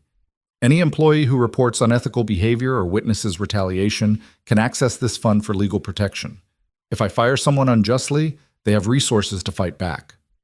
Murmurs rippled through the crowd. Caleb felt a spike of surprise. They hadn't discussed this, which meant Amelia had come up with it on her own. "Additionally," Amelia continued, "I'm restructuring executive compensation, starting with mine. I'm taking a 50% pay cut and redirecting that money into employee benefits and a hardship fund for situations like Maria's daughter's illness or James's paternity leave. My executive team will be strongly encouraged to do the same." "That's corporate suicide," someone muttered, loud enough to hear. "Maybe," Amelia said. "Or maybe it's finally building something sustainable. My father used to say that a company was only as strong as its weakest employee. If we're leaving people behind, we're not strong, we're hollow. I'm done running a hollow company." David Chen stepped forward. "I want to come back, but I need to know what happened to the VP who got me fired. Is he still here?" "No," Amelia said firmly. "He was asked to resign yesterday. We have documentation of his ethics violations and his retaliation against you. If you want to pursue legal action, the company will support you and cooperate fully with any investigation." David's eyebrows shot up. "You fired a senior vice president? For me?" "For principal. You did the right thing by reporting him. You shouldn't have been punished for that." Amelia looked around at all of them. "I can't promise everything will be perfect. We're going to make mistakes as we rebuild this culture. But I can promise that when we do make mistakes, we'll own them and fix them. That's the standard my father set. That's the standard I should have maintained." Maria Santos stepped forward, still holding her youngest child. "Your father came to my daughter's hospital room once. Did you know that? When he heard she was sick, he visited during her first round of chemo, brought her books, and sat with her while I had to go to a meeting with the doctors. He said no child should face something like that alone." Tears streamed down Maria's face. "He was a good man, and I think maybe you're trying to be like him now." "I'm trying," Amelia whispered. "God, I'm trying so hard." "Then I'm coming back, and I'm going to help you build the kind of company he would have wanted." One by one, the others came forward. Not all of them. Some were too hurt, too angry, or had found better opportunities elsewhere. But enough to make a difference, enough to start the process of healing. By noon, Jennifer had processed 17 rehiring contracts. By evening, that number had climbed to 23. And the word continued to spread, not just through former employees, but current ones, who watched in amazement as their CEO did something that seemed impossible in modern corporate America. She admitted she was wrong and took concrete steps to fix it. That night, as Caleb was packing up to leave, Amelia appeared in his office doorway. He still wasn't used to having an office, let alone one with a door and a window view of the city. "I wanted to show you something," she said, holding out her phone. It was a news article from a local business journal. Grant & Company CEO makes unprecedented move to rehire terminated employees. It hit the press, Caleb observed. How do you feel about that? Terrified? Exhilarated? Both. Amelia sat down across from him. Rebecca from accounting was right. People are starting to hope again. I can feel it in the building. It's like something that was frozen is starting to thaw. That's good. But you know this is just the beginning, right? The real work starts now, making sure the culture actually changes, that this isn't just a temporary burst of conscience that fades when it gets expensive or inconvenient. I know, that's why I need you to keep pushing me, keep challenging me when I slip back into old patterns. Amelia twisted the dog tag chain around her fingers. She was still wearing both tags, he noticed. My father died believing people mattered more than profits. I'm going to prove he was right, even if it costs me everything. It might, Caleb warned. Blackwell and his allies aren't going to give up. They'll wait for you to make a mistake and use it to push back. You need to be ready for that fight. I am, because now I know what I'm fighting for. She stood to leave, then paused. Caleb, thank you for keeping your promise, for not giving up on me even when I gave you every reason to. Your father asked me to help you understand honor. That's what I'm doing. You're doing more than that. You're teaching me what it actually looks like in practice. She smiled. Get home to Lily. I'll see you Monday. After she left, Caleb sat alone in his office and looked out at the city lights spreading to the horizon. Somewhere in that vast darkness were 3,200 employees whose lives were about to change, for better or worse. Somewhere out there were people who would benefit from Amelia's transformation and others who would fight against it. His phone buzzed with a text from Lily. Mrs. Chen made dumplings. She saved you some. Are you coming home soon? He typed back. On my way now. On the train ride home, Caleb thought about Owen Grant bleeding out in Afghan dust, about promises made and kept, about the strange and winding path that had led from that moment to this one. He thought about his daughter's collage with its celebration of quiet heroes, about the difference between honor that needed applause and honor that simply was. And he thought about Amelia Grant, standing in her lobby apologizing to people she'd wronged, looking more like her father than she probably realized. Maybe, Caleb thought, maybe this was what redemption looked like. Not a single dramatic gesture, but 1,000 small choices, each one slightly better than the last, building towards something that might actually matter. His phone buzzed again. Another text, this time from a number he didn't recognize. This is Richard Morton. I wanted you to know Owen would be grateful for what you're doing for his daughter. Thank you for keeping your word. Caleb stared at the message for a long moment, feeling the weight of 7 years finally begin to lift. He'd delivered the dog tags. He'd told the story. And now, against all odds, Amelia was actually listening. The promise wasn't finished, might never be truly finished, but it was on the right path. That would have to be enough. The weekend passed in a blur of normalcy that felt surreal after the intensity of the previous week. Caleb took Lily to the park on Saturday, where she insisted on showing him every leaf she found interesting and explaining in elaborate detail why each one was special. On Sunday, they did laundry at the laundromat down the street while she worked on homework, her tongue poking out in concentration as she practiced cursive letters that looked like small birds learning to fly. But even in these mundane moments, Caleb's mind kept drifting back to Grant & Company, to the files still waiting to be reviewed, to the cultural transformation that had barely begun.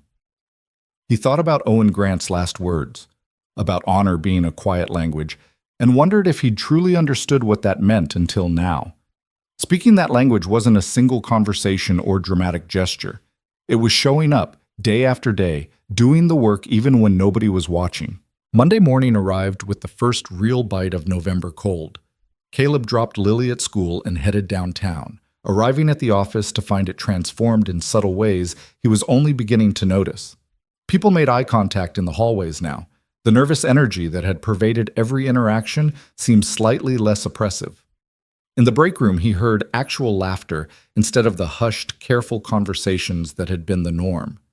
Jennifer was at her desk when he arrived, and she looked up with an expression somewhere between relief and anxiety. Mr. Reed, thank God. Ms. Grant has been in emergency meetings since 6 a.m. The board called another session, just Blackwell and his allies, but they're making noise about a vote of no confidence. Caleb felt his stomach tighten. Where is she now? Executive conference room. She asked me to send you in as soon as you arrived. Jennifer lowered her voice. They've been in there for 2 hours. I've never seen her look this rattled. Caleb headed down the hallway, his footsteps silent on carpet that he used to clean every Thursday. The conference room door was closed, but not locked. He knocked once and entered without waiting for permission. The scene inside was tense enough to choke on. Amelia sat at the head of the table, her face pale, but composed. Across from her, Marcus Blackwell leaned back in his chair with the satisfied expression of a predator who'd cornered his prey. Patricia Vance and 2 other board members flanked him, their expressions varying shades of hostile. Ah, the janitor, Blackwell said when Caleb entered. Perfect timing. We were just discussing how your little social experiment is already costing us. What happened? Caleb directed the question to Amelia, ignoring Blackwell entirely. Sterling Manufacturing, Amelia said quietly. They were our 3rd largest client, worth about $18 million annually. They've just terminated their contract. Let me guess, Caleb said, pulling out a chair and sitting down uninvited. They cited concerns about our recent policy changes affecting our reliability. Blackwell's eyes narrowed. How did you know that?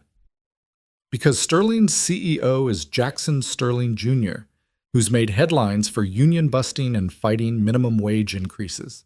A company that treats employees with dignity threatens his entire business model. Of course, he'd cut ties. Caleb looked at Amelia. Did he give a stated reason? He said our instability and unpredictable management decisions made us an unreliable partner. Amelia's voice was steady, but there was strain underneath. He also suggested that our new bleeding heart policies would inevitably compromise our efficiency. See? Blackwell gestured triumphantly. This is exactly what we warned you about.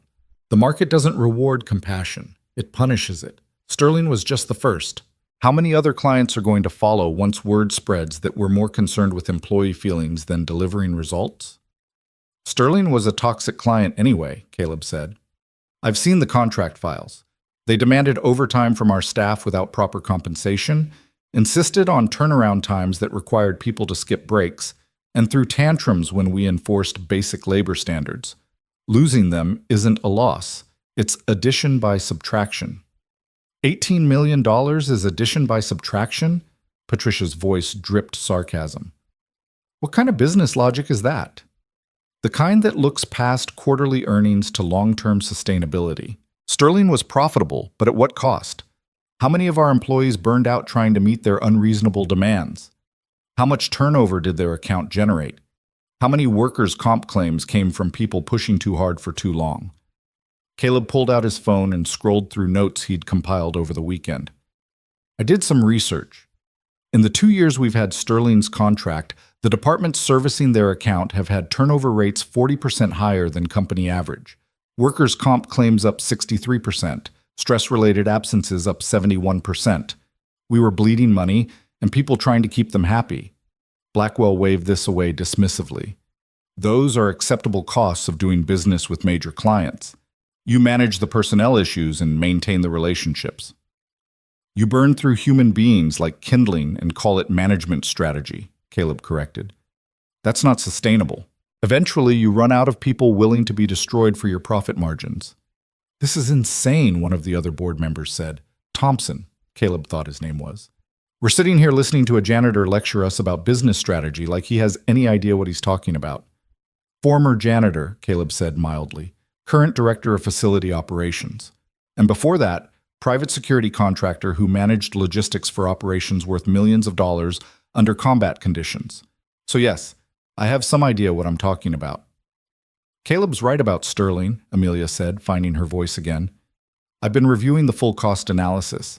When you factor in turnover, training replacement staff, workers' comp, and reduced efficiency from exhausted employees, Sterling was barely profitable. We were sacrificing long-term stability for short-term revenue. And now we're sacrificing short-term revenue for a long-term gamble that might not pay off, Blackwell shot back. Amelia, I say this with respect for your father's memory. You're letting emotion cloud your judgment. This whole rehiring initiative, the policy changes, the pay cuts, it's all an emotional response to guilt over Owen's death. You need to separate personal feelings from business decisions. My father's death isn't why I'm doing this, Amelia said, and there was steel in her voice now. My father's life is. He built this company on principles that worked, that created a profitable, sustainable business with loyal employees and satisfied clients. We abandoned those principles and look where it got us, hated by our staff, dependent on toxic clients like Sterling, one PR disaster away from collapse. I'm not being emotional. I'm being smart. You're being naive, Patricia said.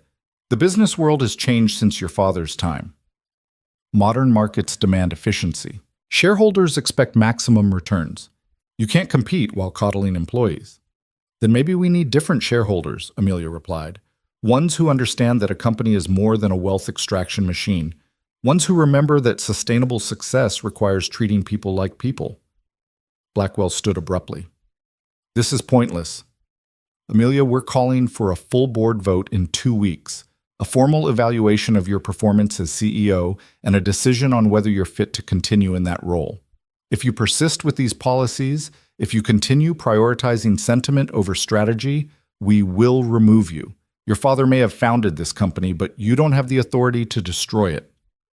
Then I guess we'll find out in 2 weeks which of us the board supports, Amelia said quietly. I'm not backing down, Marcus. Not on this. Blackwell and his allies filed out, leaving Amelia and Caleb alone in the suddenly silent conference room. She sat motionless for a long moment, then dropped her head into her hands. I'm going to lose, she said, her voice muffled. They'll vote me out and install someone who'll undo everything we've started. Maybe, Caleb acknowledged. Or maybe you'll win. Either way, you're doing the right thing. The right thing that cost me my company? It was never really yours if you had to compromise your principles to keep it. Caleb moved to sit beside her. Owen Grant died doing the right thing when the easy thing would have been staying in cover. You think he regretted that choice in his final moments? You think he wished he'd been more pragmatic, more focused on self-preservation? Of course not. He died a hero. He died as himself, living according to his values, even when it cost him everything. Caleb's voice softened. That's what he wanted for you, Amelia. Not to be a hero, just to be someone who could look in the mirror and recognize the person looking back. Can you do that now? After these past 2 weeks? Amelia looked up, her eyes wet. Yes, for the first time in years, yes. Then you've already won what matters. The board vote is just logistics. A knock on the door interrupted them. Jennifer poked her head in, looking apologetic. Sorry to interrupt, but there's someone here to see both of you. Says it's urgent. The visitor turned out to be Maria Santos, and she wasn't alone. She'd brought 5 other people, all former employees who'd been rehired in the past week. They stood in the lobby looking nervous but determined, and when Amelia and Caleb approached, Maria stepped forward. We heard about Sterling, she said without preamble. Word travels fast among the staff. We know the board is giving you trouble over the changes you're making. News travels even faster than I thought, Amelia said with a weak smile. Yes, we're facing some resistance. We want to help, Maria gestured to the others. All of us. We've been talking, the people you brought back, and we want to do something. We want to show the board and the clients and everyone else that treating employees right isn't a weakness. It's a strength. I appreciate that, Maria, but I'm not sure what you could... We can work, one of the men interrupted. His name was James, the one who'd been fired over paternity leave. We can show results. Give us Sterling's workload, and we'll handle it better than they were getting before. Let us prove that happy employees are productive employees. Sterling terminated their contract, Caleb said gently. There's no workload to handle. Then we'll find new clients, better clients. Maria's voice was fierce with determination. Ms. Grant, you gave us our jobs back when you didn't have to. You admitted you were wrong and you're trying to fix it. That means something. That means everything. Let us fight for this company the way you're fighting for us. Amelia looked at them. 5 people who should have been bitter and resentful, who'd lost months of income and stability because of her decisions, now standing in her lobby offering to help. The emotion that crossed her face was complicated and raw. I don't know what to say, she whispered. Say you'll let us try, James said. Say you'll give us a chance to show what people can do when they're treated with respect. All right. Amelia's voice grew stronger. Yes. Caleb and I will meet with you this afternoon. We'll figure out how to channel this energy into something concrete. And thank you, truly. After they left, Amelia turned to Caleb with wonder in her eyes. Did that just happen? Did people we fired just volunteer to help save the company? They're not helping save the company. They're helping save what it could be. Caleb checked his watch. We've got 4 hours until that meeting. I suggest we use them to figure out exactly what we're building here. They spent those 4 hours doing something Amelia admitted she'd never done before, actually talking to employees at every level of the organization. Not formal surveys or structured interviews, but real conversations. They visited the mailroom and the loading dock, the IT department, and the customer service floor. Everywhere they went, Caleb asked the same questions. What's working? What's broken? What would you fix if you could? The answers were illuminating and heartbreaking in equal measure. People were desperate to be heard, to have their expertise valued, to feel like they mattered. And they had ideas. God, they had so many ideas. Solutions to problems management didn't even know existed, efficiencies that could save thousands of dollars, improvements that could enhance both productivity and quality of life. Why didn't anyone tell me this before? Amelia asked after their 6th conversation, this one with a customer service representative who'd outlined a simple software change that would cut call handling time by 30%. Because you never asked, Caleb said simply. And because when people tried to suggest improvements, they were usually shut down or ignored. After a while, they learned to stop trying. We're going to change that. Today. Amelia pulled out her phone and called Jennifer. Clear my calendar for the rest of the week. Set up an open forum. Call it a listening session. Every employee who wants to share feedback or suggestions gets 15 minutes of my time. First come, first served. Ms. Grant, that could be hundreds of people, Jennifer protested. Then I guess I'll be here late. Make it happen. By the time they met with Maria's group that afternoon, Caleb and Amelia had filled 3 notebooks with employee suggestions and identified at least a dozen immediate improvements they could implement. The meeting took place in a mid-sized conference room, and the energy was electric with possibility. Here's what we're thinking, Amelia began, after everyone had settled in. Sterling's departure leaves a gap in our revenue, yes, but it also creates an opportunity. We can be selective about who we replace them with. We can actively seek out clients who share our values. Companies that treat their own employees well, that prioritize sustainability over exploitation, that want partners instead of servants. That's a nice idea, David Chen said carefully. But will those companies pay as much as Sterling did? Maybe not initially, Caleb admitted, but they'll be more reliable long-term, lower maintenance, less likely to make unreasonable demands that burn out our staff. And here's the thing, companies with good cultures tend to be more successful long-term. They're the kind of clients worth having. So how do we find them? Maria asked. We start by leveraging our own story, Amelia said. What we're doing here, the policy changes, the rehiring initiative, the cultural transformation, that's newsworthy.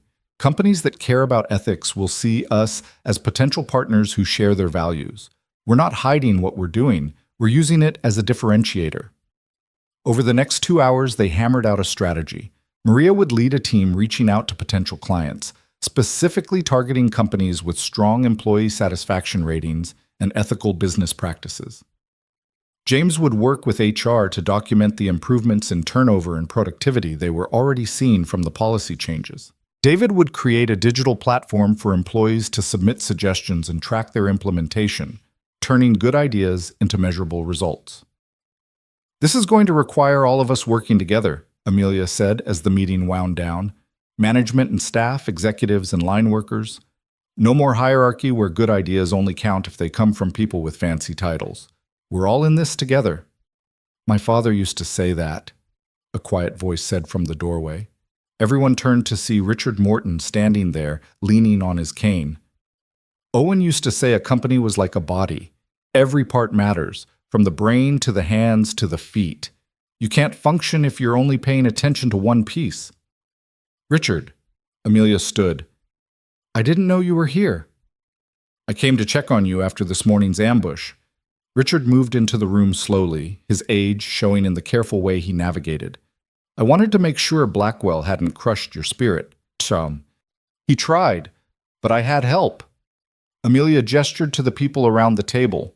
Richard looked at them each in turn, then smiled. Owen would love this. You know what he always said was his proudest moment? What? There was a year, 2009, I think, when we almost went under. Financial crisis hit us hard. We were looking at massive layoffs, maybe even bankruptcy. Owen called an all-hands meeting and laid out the situation honestly. Told everyone we had two choices, cut staff by 40%, or everyone takes a 20% pay cut to keep all jobs intact.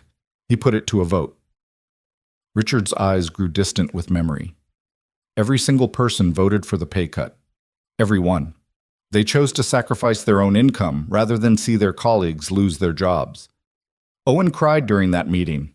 Grown man, decorated veteran, CEO of a major company, standing there with tears running down his face because he was so proud of what people chose. The room was completely silent. That's the company he built, Richard continued. One where people cared about each other, where loyalty went both ways, where doing right mattered more than doing well. You're building that again, Amelia, and it scares the hell out of people like Blackwell because it shows there's another way, a better way. Will it be enough, Amelia asked, to convince the board, to win the vote? I don't know. But I know this. Owen didn't die wondering if doing the right thing would work out in his favor. He died knowing he'd done what his conscience demanded. That's the only certainty any of us gets. Richard gripped his cane and straightened. Fight for this. Fight hard. I'll do everything I can to help. But even if you lose the vote, you'll have won something more important. After he left, the group sat in contemplative silence until Maria spoke up. We're not going to lose. We're going to fight, and we're going to win, because we're fighting for something that actually matters. Damn right, James agreed. When's this board vote? 2 weeks from today, Amelia said. Then we've got 2 weeks to prove them wrong, to show concrete results from treating people right. Let's get to work. The next 2 weeks were the most intense of Caleb's life, and he'd survived firefights in Afghanistan. The listening sessions Amelia had initiated became a tidal wave of employee engagement. People lined up for hours to share their insights, their grievances, their ideas for improvement. Some conversations were difficult. There was anger and pain that needed to be acknowledged. But more were hopeful, energizing, full of the kind of innovation that comes when people feel genuinely heard. Maria's outreach team made contact with 17 potential clients in the first week. By the end of the second week, they'd secured meetings with 7 and signed preliminary agreements with 3. The contracts weren't as large as Sterling's had been, but they were solid, ethical companies that treated their own employees well and expected the same from partners. The productivity metrics were even more dramatic. Turnover in the departments where rehired employees had returned dropped by 47%. Workers' comp claims fell by 32%. And perhaps most surprisingly, efficiency actually improved. When people weren't exhausted and scared, they worked better. Caleb documented everything meticulously, building a case that could counter Blackwell's arguments with hard data. But he also did something else. He started recording the stories. Video testimonials from employees about how the changes had affected their lives. Maria talking about being able to afford an apartment for her family again. James describing what it meant to have been at his son's birth without fear of losing his job. David explaining how being vindicated after wrongful termination had restored his faith in justice. The night before the board vote, Caleb worked until nearly midnight putting together a presentation that told the story in numbers and narratives. When he finally got home, Lily was asleep, but Mrs. Chen was waiting up. Big day tomorrow? She asked in her gentle, accented English. Very big. Could change everything. You'll do fine. You're a good man, like soldier who saved your life. Same heart. She patted his arm. Lily made you something on table. Caleb found it waiting for him. Another drawing, this one showing 2 figures side by side. One wore a military uniform, the other a suit and tie. Between them was a heart, and above it Lily had written, "Heroes help each other." He stood there looking at it for a long time, thinking about Owen Grant's last words, about promises kept and battles fought, about his daughter's uncanny ability to see straight to the heart of things. Then he texted Amelia, "Ready for tomorrow?" Her response came immediately, "Terrified, but ready." "Your father would be proud." "I'm proud. Thank you for everything, for keeping your promise even when I made it impossible, for not giving up." "That's what honor looks like," Caleb typed back. "See you tomorrow." The boardroom was packed when they arrived the next morning. All 12 board members were present, plus several major shareholders who demanded to attend. Richard Morton sat near the head of the table, his expression carefully neutral. Blackwell wore the confidence of someone who believed he'd already won. Amelia stood at the head of the table, and Caleb could see the tension in her shoulders, the way her fingers worried the dog tag chain she still wore. But her voice was steady when she spoke. "Thank you all for being here. I know there are concerns about the direction I've taken this company in recent weeks. I'd like to address those concerns directly."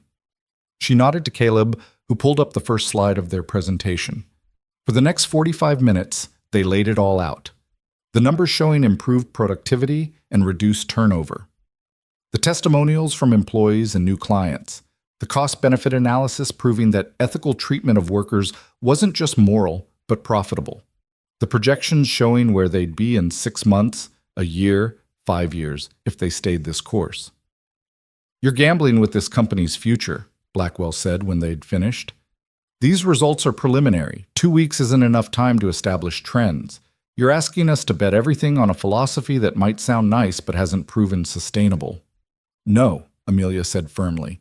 "I'm asking you to bet on people, on the idea that treating employees with dignity creates better outcomes for everyone, workers, management, shareholders. My father built a successful company on that principle. We abandoned it and became hollowed out, dependent on toxic clients and burning through staff. I'm trying to rebuild what should never have been destroyed." "Sentiment doesn't pay dividends," Patricia said. "Neither does high turnover and reputational damage," Richard interjected. "I've run the numbers independently. Amelia's approach is actually more financially sound than what we've been doing. We were chasing short-term gains while creating long-term instability." "With all due respect, Richard, you're biased by your friendship with Owen," Blackwell said. "And you're biased by your investment portfolio," Richard shot back. "You want maximum short-term returns because you're planning to sell your shares in the next 2 years. You don't care about long-term sustainability because you won't be here to see the consequences." The room erupted in argument. Accusations flew back and forth, voices rising as board members chose sides. Through it all, Amelia stood silent at the head of the table, and Caleb saw something remarkable happen. Her fear transformed into certainty. Her doubt became conviction. Whatever happened next, she knew she'd done the right thing. "Enough," she said quietly, but somehow the word cut through the chaos. "Let's vote. Either you support this direction or you don't. Either you believe in building something sustainable or you don't. Either you trust me to lead this company according to my father's principles, or you remove me and find someone who will sacrifice those principles for quarterly earnings. Vote." The silence that followed was absolute. Then Richard raised his hand. "I vote to support Amelia's continued leadership and the current policy direction." 3 other hands went up immediately. Then a 5th, hesitant but firm. That made 5 out of 12. Blackwell's hand shot up in opposition, followed by Patricia's and 2 others. 4 against. 3 board members remained, Thompson and 2 others Caleb didn't know well. They looked at each other, looked at the data still displayed on the screen, looked at Amelia standing resolute at the head of the table. Thompson cleared his throat. "I came here today prepared to vote against you, Amelia. I thought you'd lost your mind, let grief cloud your judgment. But these numbers," he gestured at the presentation. "And more than that, the energy in this building. I've been on this board for 8 years and I've never seen employees actually enthusiastic about the company they work for. That has value, real value." His hand went up. "I support continued current leadership." The remaining 2 board members looked at each other one more time.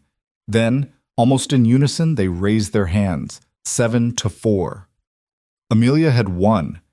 The relief that crashed through Caleb was so intense he actually felt dizzy. Beside him, Amelia swayed slightly, gripping the table for support. Richard was smiling broadly, while Blackwell looked like he'd swallowed something toxic. "This isn't over," Blackwell said, standing abruptly. If results don't continue, if profitability drops, we'll revisit this decision. Fair enough, Amelia said. But Marcus? Maybe you should consider whether this company is right for you anymore. If you truly believe profit and principle are mutually exclusive, there are plenty of other places that share that philosophy. You don't have to stay somewhere you fundamentally disagree with the mission. It was a polite way of telling him to leave, and everyone in the room knew it. Blackwell's face reddened, but he simply gathered his papers and walked out, Patricia trailing behind him. After the board members dispersed, Amelia collapsed into a chair, her carefully maintained composure finally cracking. We won!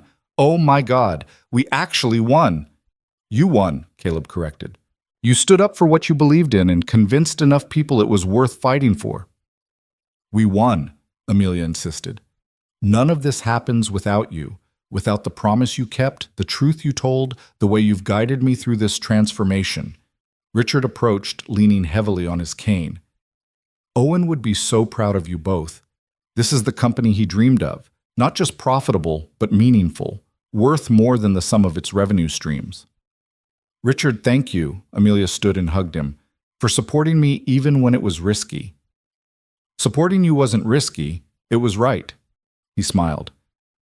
Now comes the hard part, actually delivering on these promises, proving that doing good and doing well aren't mutually exclusive. We will, Amelia said with conviction, whatever it takes. Later that afternoon, as word spread through the building about the board vote, something spontaneous and unexpected happened. Employees started gathering in the lobby, not to protest or demand anything, but simply to celebrate. Someone brought cupcakes from the bakery down the street. Someone else started playing music from their phone, and gradually, impossibly, a party formed. Amelia and Caleb came down from the executive floor to find hundreds of people smiling, laughing, actually enjoying being at work. Maria saw them and started clapping. Others joined in until the entire lobby was filled with applause. Speech, someone called out. Others took up the cry. Speech, speech. Amelia looked terrified. Caleb nudged her forward gently. Tell them the truth. She stepped forward and the crowd quieted. I don't really know what to say except thank you. Thank you for giving me a second chance, for believing that this company could be better, for proving that treating people with dignity isn't weakness, it's strength. Her voice caught. My father built something beautiful here, and I almost destroyed it. But you, all of you, you're helping me build it back. Not the way it was, but the way it should have been all along. So thank you for your patience, your ideas, your willingness to fight for something that matters. To Grant and Company, someone shouted. The way it should be. The cheer that went up rattled the windows. Caleb stood at the edge of the crowd, watching it all, and felt his phone buzz. A text from Lily. Did you win your big meeting? He typed back. Yes, we won. I knew you would. Heroes always win when they're fighting for good things. Caleb smiled and looked around at the celebration, at the company transforming before his eyes, at Amelia laughing genuinely for the first time since he'd met her. Not always, he typed back, but sometimes, when it matters most. 3 months later, winter had settled over Chicago with the kind of cold that made your bones ache and your breath visible in crystalline clouds. But inside Grant and Company, something else was settling, a sense of permanence, of transformation that had taken root deeply enough to survive storms. Caleb stood in what used to be an underutilized storage room on the ground floor and was now being converted into something entirely different. The space was large and filled with morning light from windows that had been cleaned for the first time in years. Workers were installing comfortable chairs, tables at various heights, and a small kitchenette in the corner. What do you think? Amelia asked from beside him. She'd gotten into the habit of seeking his opinion on everything, which still felt surreal sometimes. Too much? Not enough? It's perfect, Caleb said honestly. The room was being transformed into a dedicated family space, somewhere employees could bring children who were too sick for school but not sick enough for the hospital, where nursing mothers could have privacy and comfort, where people facing emergencies could have a quiet place to make difficult phone calls without the entire office listening in. Maria suggested it, Amelia said. She said when her daughter was going through treatment, the hardest part was feeling like she had to choose between being a good mother and being a good employee. This way, maybe other people won't have to make that choice. The door opened and Maria herself walked in, followed by David Chen and James. They'd become informal leaders of what was now being called the Culture Committee, a group of employees from every level who met weekly to identify problems and propose solutions. Caleb had learned more about the actual functioning of Grant & Company from these meetings than from any management report. "The furniture arrives tomorrow," Maria announced, "and we've got 12 volunteers willing to staff the room on rotating schedules, providing childcare, or just being present if someone needs help. All volunteer hours counted as professional development for their personnel files." "That's incredibly generous," Amelia said. "That's what happens when people actually care about where they work," James replied with a grin. "Novel concept, I know." David pulled out his tablet. "I've got the latest numbers from the suggestion platform. We've implemented 47 employee ideas in the past 3 months. Average time from submission to implementation is 11 days. Employee engagement scores are up 62%. Voluntary turnover is down to almost nothing. We've lost 3 people in 3 months, and 2 of those were retirements that had been planned for years." "What about revenue?" Amelia asked. It was the question she asked less frequently now, but still needed answering. The board, minus Blackwell and Patricia, who'd both resigned in December, required quarterly updates showing that compassion wasn't coming at the cost of competence. "Up 18%, David said with satisfaction. "Turns out when people aren't exhausted and miserable, they work better." "Who knew?" "And the new clients?" Caleb asked. "Expanding. We've signed 8 more companies in the past month alone, all drawn by our reputation. There's actually a waiting list now of businesses that want to partner with us specifically because of how we treat our employees." Maria shook her head in wonder. 6 months ago, we were dependent on toxic clients like Sterling.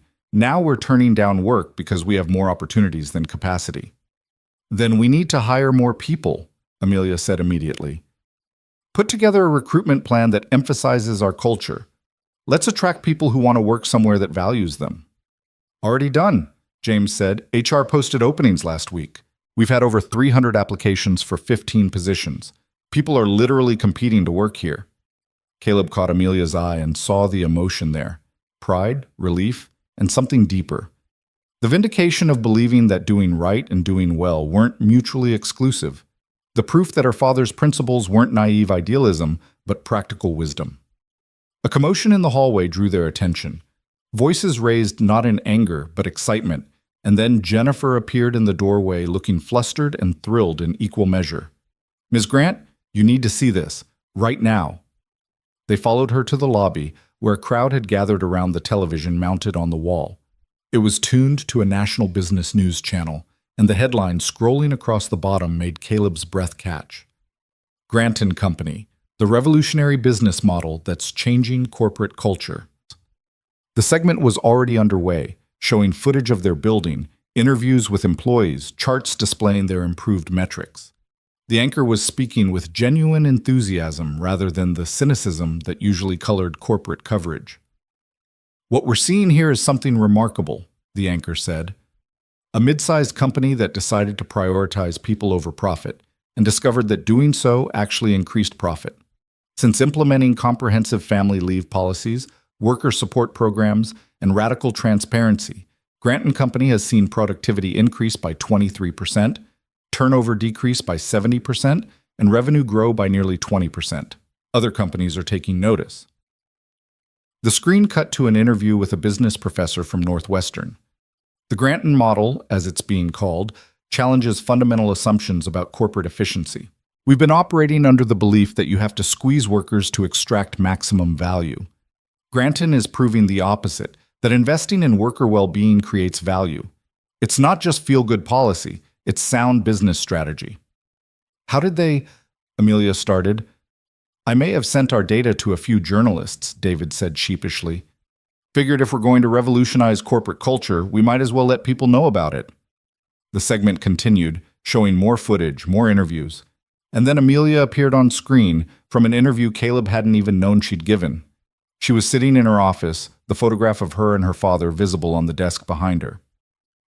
"My father built this company on the principle that people aren't resources to be exploited. They're the actual foundation of any successful enterprise," she was saying on the television.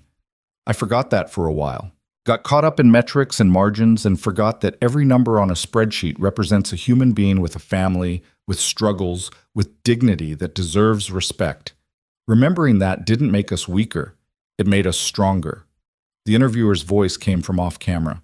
Some critics say this model isn't scalable, that it only works for smaller companies. What do you say to that? I say they're making excuses, Amelia replied. Yes, it requires actual effort.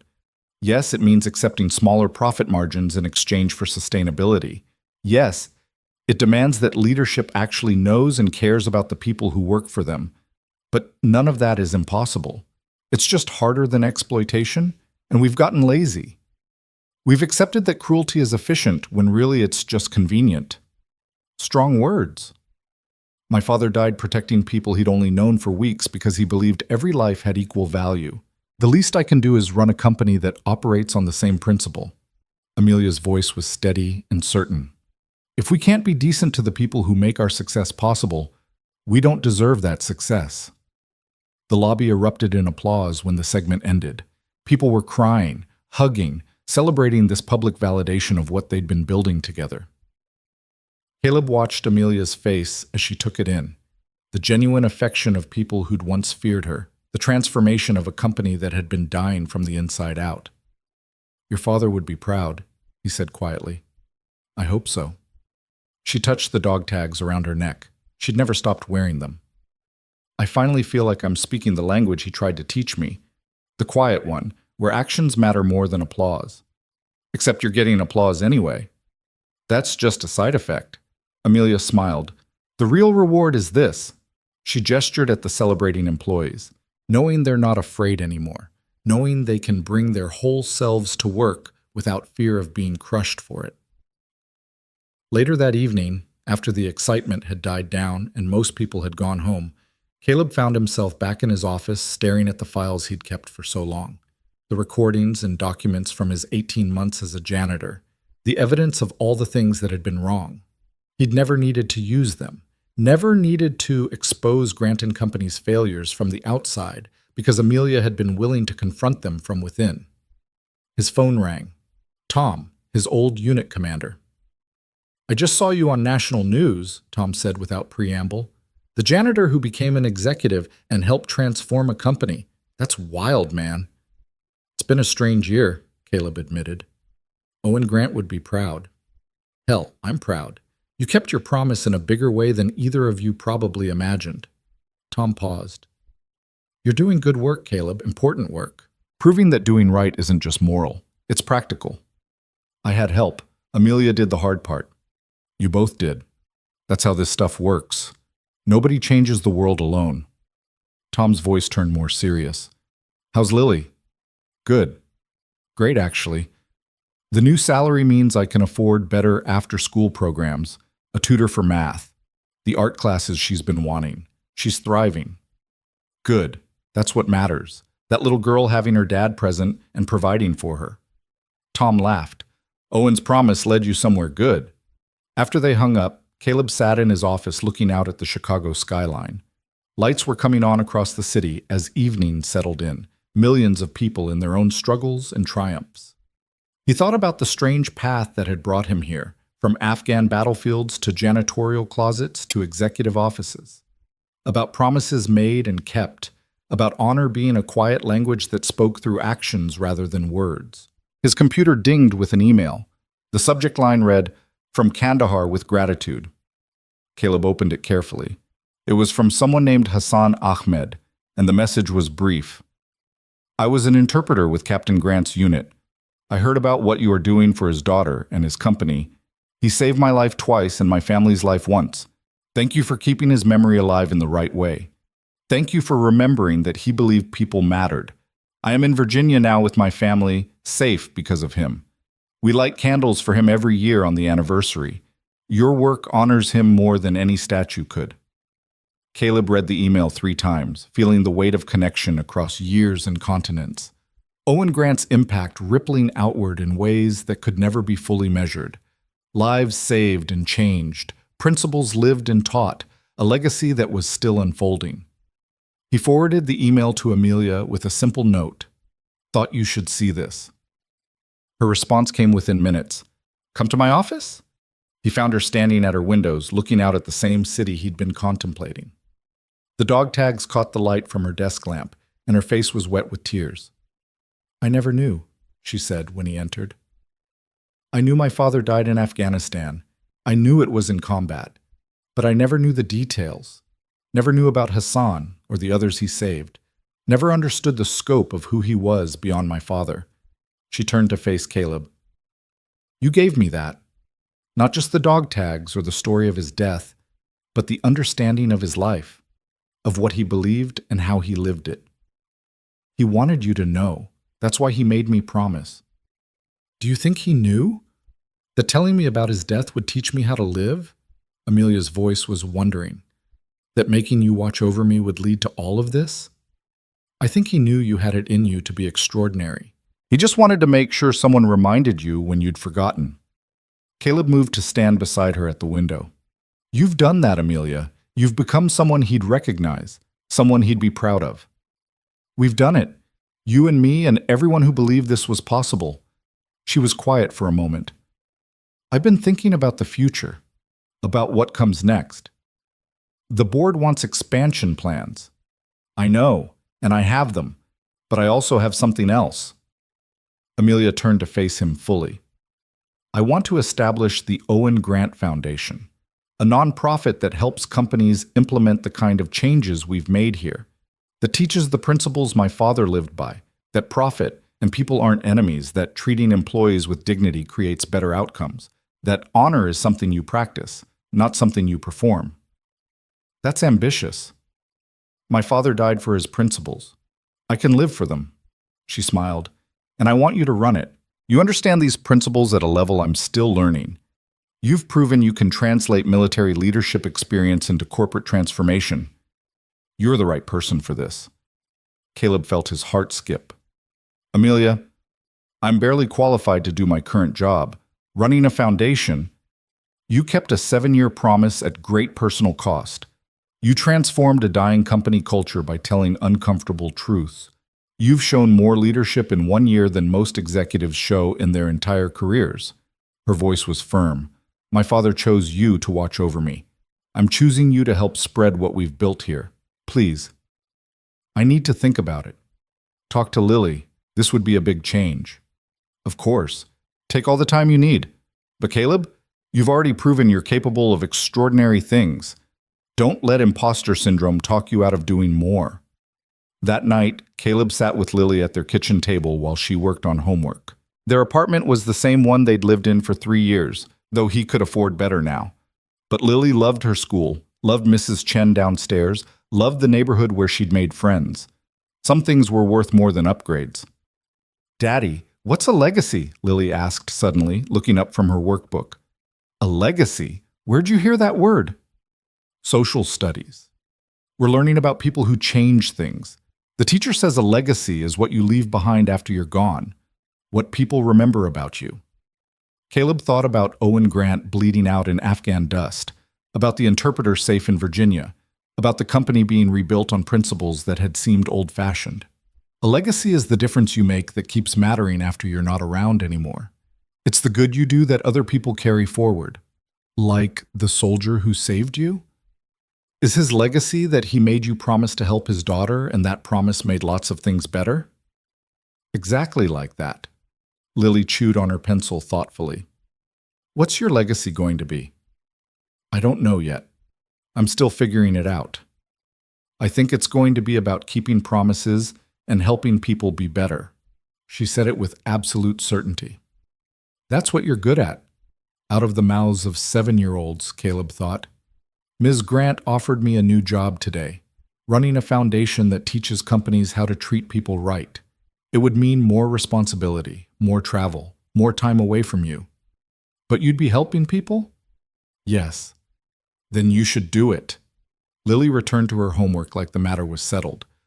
That's what heroes do. They help people even when it's hard. The next morning, Caleb called Amelia before heading to the office. I'll do it. I'll run the foundation. But I have conditions. Name them. First, I still prioritize Lily. She comes first, always.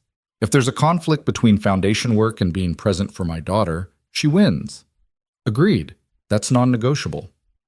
Second, we do this right. No cutting corners, no compromising principles for convenience or optics. If we're teaching companies how to treat people well, we have to live those standards ourselves. That's exactly what I want. And third, we bring people with us. Maria, David, James, all the others who helped build this. They deserve to be part of what comes next. Their voices matter. I wouldn't dream of doing this without them. Amelia's voice was warm. Welcome to the next chapter, Caleb. The Owen Grant Foundation officially launched in March with a mission statement that Amelia and Caleb had written together. To prove that treating people with dignity isn't just morally right, it's strategically sound. To teach that profit and principle can coexist. To honor the legacy of a man who believed every person had equal value, and to help companies operate on that belief.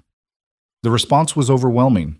Within the first month, they had inquiries from 43 companies wanting to implement similar changes. Some were genuine. Leadership teams tired of toxic cultures, CEOs who wanted to build something sustainable. Others were just chasing positive PR. Caleb and his team got good at telling the difference. Maria became the foundation's director of implementation, helping companies navigate the practical challenges of cultural transformation.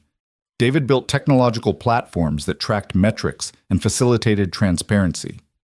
James focused on family leave policies and work-life balance initiatives. And dozens of other Granton employees volunteered time to mentor other companies, to share what they'd learned, to prove that change was possible. By summer, the foundation had helped 7 companies implement comprehensive reforms. By fall, that number had grown to 22. And the data was consistent. Companies that genuinely committed to treating employees well saw improvements in productivity, retention, and profitability. The Granton model wasn't just idealistic, it worked. Caleb found himself speaking at conferences, being interviewed for business journals, consulting with CEOs who'd spent years operating one way and were now desperate to find another path. It was surreal and exhausting and deeply fulfilling. He thought often of Owen Grant, wondered if the captain could have imagined his death leading to this, not just saving his daughter, but helping reshape how companies thought about the people who worked for them. One October afternoon, nearly 8 years to the day since Owen Grant had died in Afghanistan, Caleb and Amelia stood in what had once been an empty lot in a struggling Chicago neighborhood. It was now a park, green space with playground equipment and benches, trees still young but growing stronger. There was a small plaque near the entrance, but it wasn't what Caleb had expected. Instead of Owen Grant's name in massive letters, the plaque simply read, "This park honors all those who serve quietly. The teachers, janitors, caregivers, interpreters, and everyday heroes whose work makes our world possible. May we see them, value them, and learn from them." And underneath, in smaller letters, dedicated to the memory of CPT Owen M. Grant, who understood that honor doesn't need an audience. "This is what should have been built from the beginning," Amelia said quietly. "Not a monument to one man, but a space that honors what he believed, that celebrates the people he would have celebrated." "He would love this," Caleb agreed. "You know what's funny? This cost a fraction of what Valor Square would have cost. And it's going to matter more. Kids will play here, families will gather, people will rest and read and exist without needing to prove their worth." She smiled. "Turns out being practical and being principled aren't mutually exclusive." Movement caught Caleb's eye, Lily running toward them with Mrs. Chen walking more slowly behind. His daughter had shot up over the past year, was starting to lose the round-faced softness of early childhood. But her grin was still the same, bright enough to light up the gathering dusk. "Daddy, look what we found!" She held up a perfect red leaf, autumn colors blazing. "Mrs. Chen says we can press it in a book and it'll stay beautiful forever." "That's right," Caleb said, kneeling down. "You preserve it so the beauty lasts." "Like you preserved the soldier's promise," Lily said. "You kept it safe until it could grow into something beautiful." Amelia made a sound that was half laugh, half sob. "Your daughter is remarkably wise." "She's an old soul," Caleb and Mrs. Chen said in unison, then laughed. They walked through the park together as evening settled over Chicago, And Caleb thought about journeys and destinations, about promises made in dust and blood that had blossomed into this: a park, a foundation, a company transformed, lives changed in ways both large and small. His phone buzzed with a text from Hassan Ahmed in Virginia. "Happy anniversary. We lit candles. Thank you again for everything." And another from Richard Morton. "Owen would be so damn proud of all of you. Wish he could see what you've built." And one more from a number he didn't recognize. "This is Rebecca from accounting. Just wanted to say thank you. My daughter asked me today what I do for work, and for the first time in my career I was actually proud to tell her. That's because of you and Ms. Grant. Thank you for showing us we deserved better." Caleb looked at Lily running ahead, at Amelia walking beside him still wearing her father's dog tags, at Mrs. Chen humming something in Mandarin, at the park that honored quiet heroes, at the city stretching endlessly in every direction full of people trying their best with whatever they had. 8 years ago, Owen Grant had pressed a dog tag into his hand and made him promise to find his daughter, to tell her about honor, to watch over her until she understood. Caleb had thought it was a simple promise: deliver a message, tell a story, fulfill a dying man's final wish. He hadn't understood that the promise would become his purpose, that watching over Amelia would mean helping her transform not just herself, but an entire company, and eventually dozens more. That Owen Grant's final lesson about honor being a quiet language would ripple outward in ways that touched thousands of lives. "What are you thinking about?" Amelia asked, noticing his distant expression. "Your father. How one person's principles can change so much, even after they're gone. How legacy works. Speaking of which," Amelia pulled out her phone and showed him an email. "This came in today. It's from the Secretary of Labor. They want to use Grant & Company and the foundation as a model for a national initiative on workplace dignity. They're calling it the Grant Standard." Caleb felt his throat tighten. "The Grant Standard? Named for my father, but really it's named for what you helped build. What all of us built together." She smiled through tears. "Turns out when you do the right thing loudly enough and successfully enough, people pay attention. Other companies are watching. The government is watching. We're actually changing how business works in this country. Your father would say that's not the point. The point is doing right because it's right, not for recognition." True. But I think he'd also say that if doing right publicly helps other people do right, then the recognition serves a purpose. Amelia looked at the park, at the plaque honoring quiet heroes. "We're speaking his language now, the quiet one. We're just doing it loud enough that others can learn it too." Lily came running back, breathless and grinning. "Daddy, can we come here every week? I love this park." "We can come as often as you want." "Good. Because I think this is where heroes come to remember why they became heroes in the first place." She said it with that unnerving 7-year-old wisdom that cut straight to truth. "It's quiet here, and you said the best heroes are the quiet kind." As twilight deepened and they prepared to leave, Caleb took one last look at the park, at the place that honored Owen Grant not with statues or spectacle, but with space for people to simply exist and be valued, at the physical manifestation of principles that had seemed naive but proved revolutionary. He thought about that October day in Afghanistan when everything had gone wrong and somehow, impossibly, led to this moment, about dog tags and promises, about daughters and legacies, about the strange alchemy that turned tragedy into transformation. And he thought about honor, not as a word or concept, but as a way of being, something you practiced in small moments and difficult choices, something that spoke in actions rather than announcements, a quiet language that, when enough people learned it, could change everything. "Ready to go home?" Amelia asked. "Yeah," Caleb said, taking Lily's hand. "Ready." As they walked away from the park, Lily started humming something, the same tune Mrs. Chen had been humming earlier, though she probably didn't realize it. A melody carrying forward, changing slightly, but keeping its essential character, like principles passed from generation to generation, like promises kept and renewed, like honor spoken in a quiet language that would outlast them all.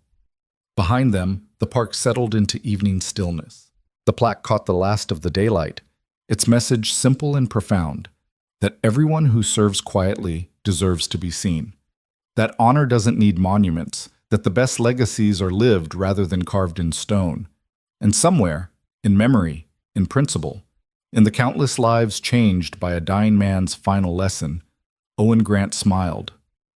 The promise was complete. The quiet language was being spoken, and the world was listening.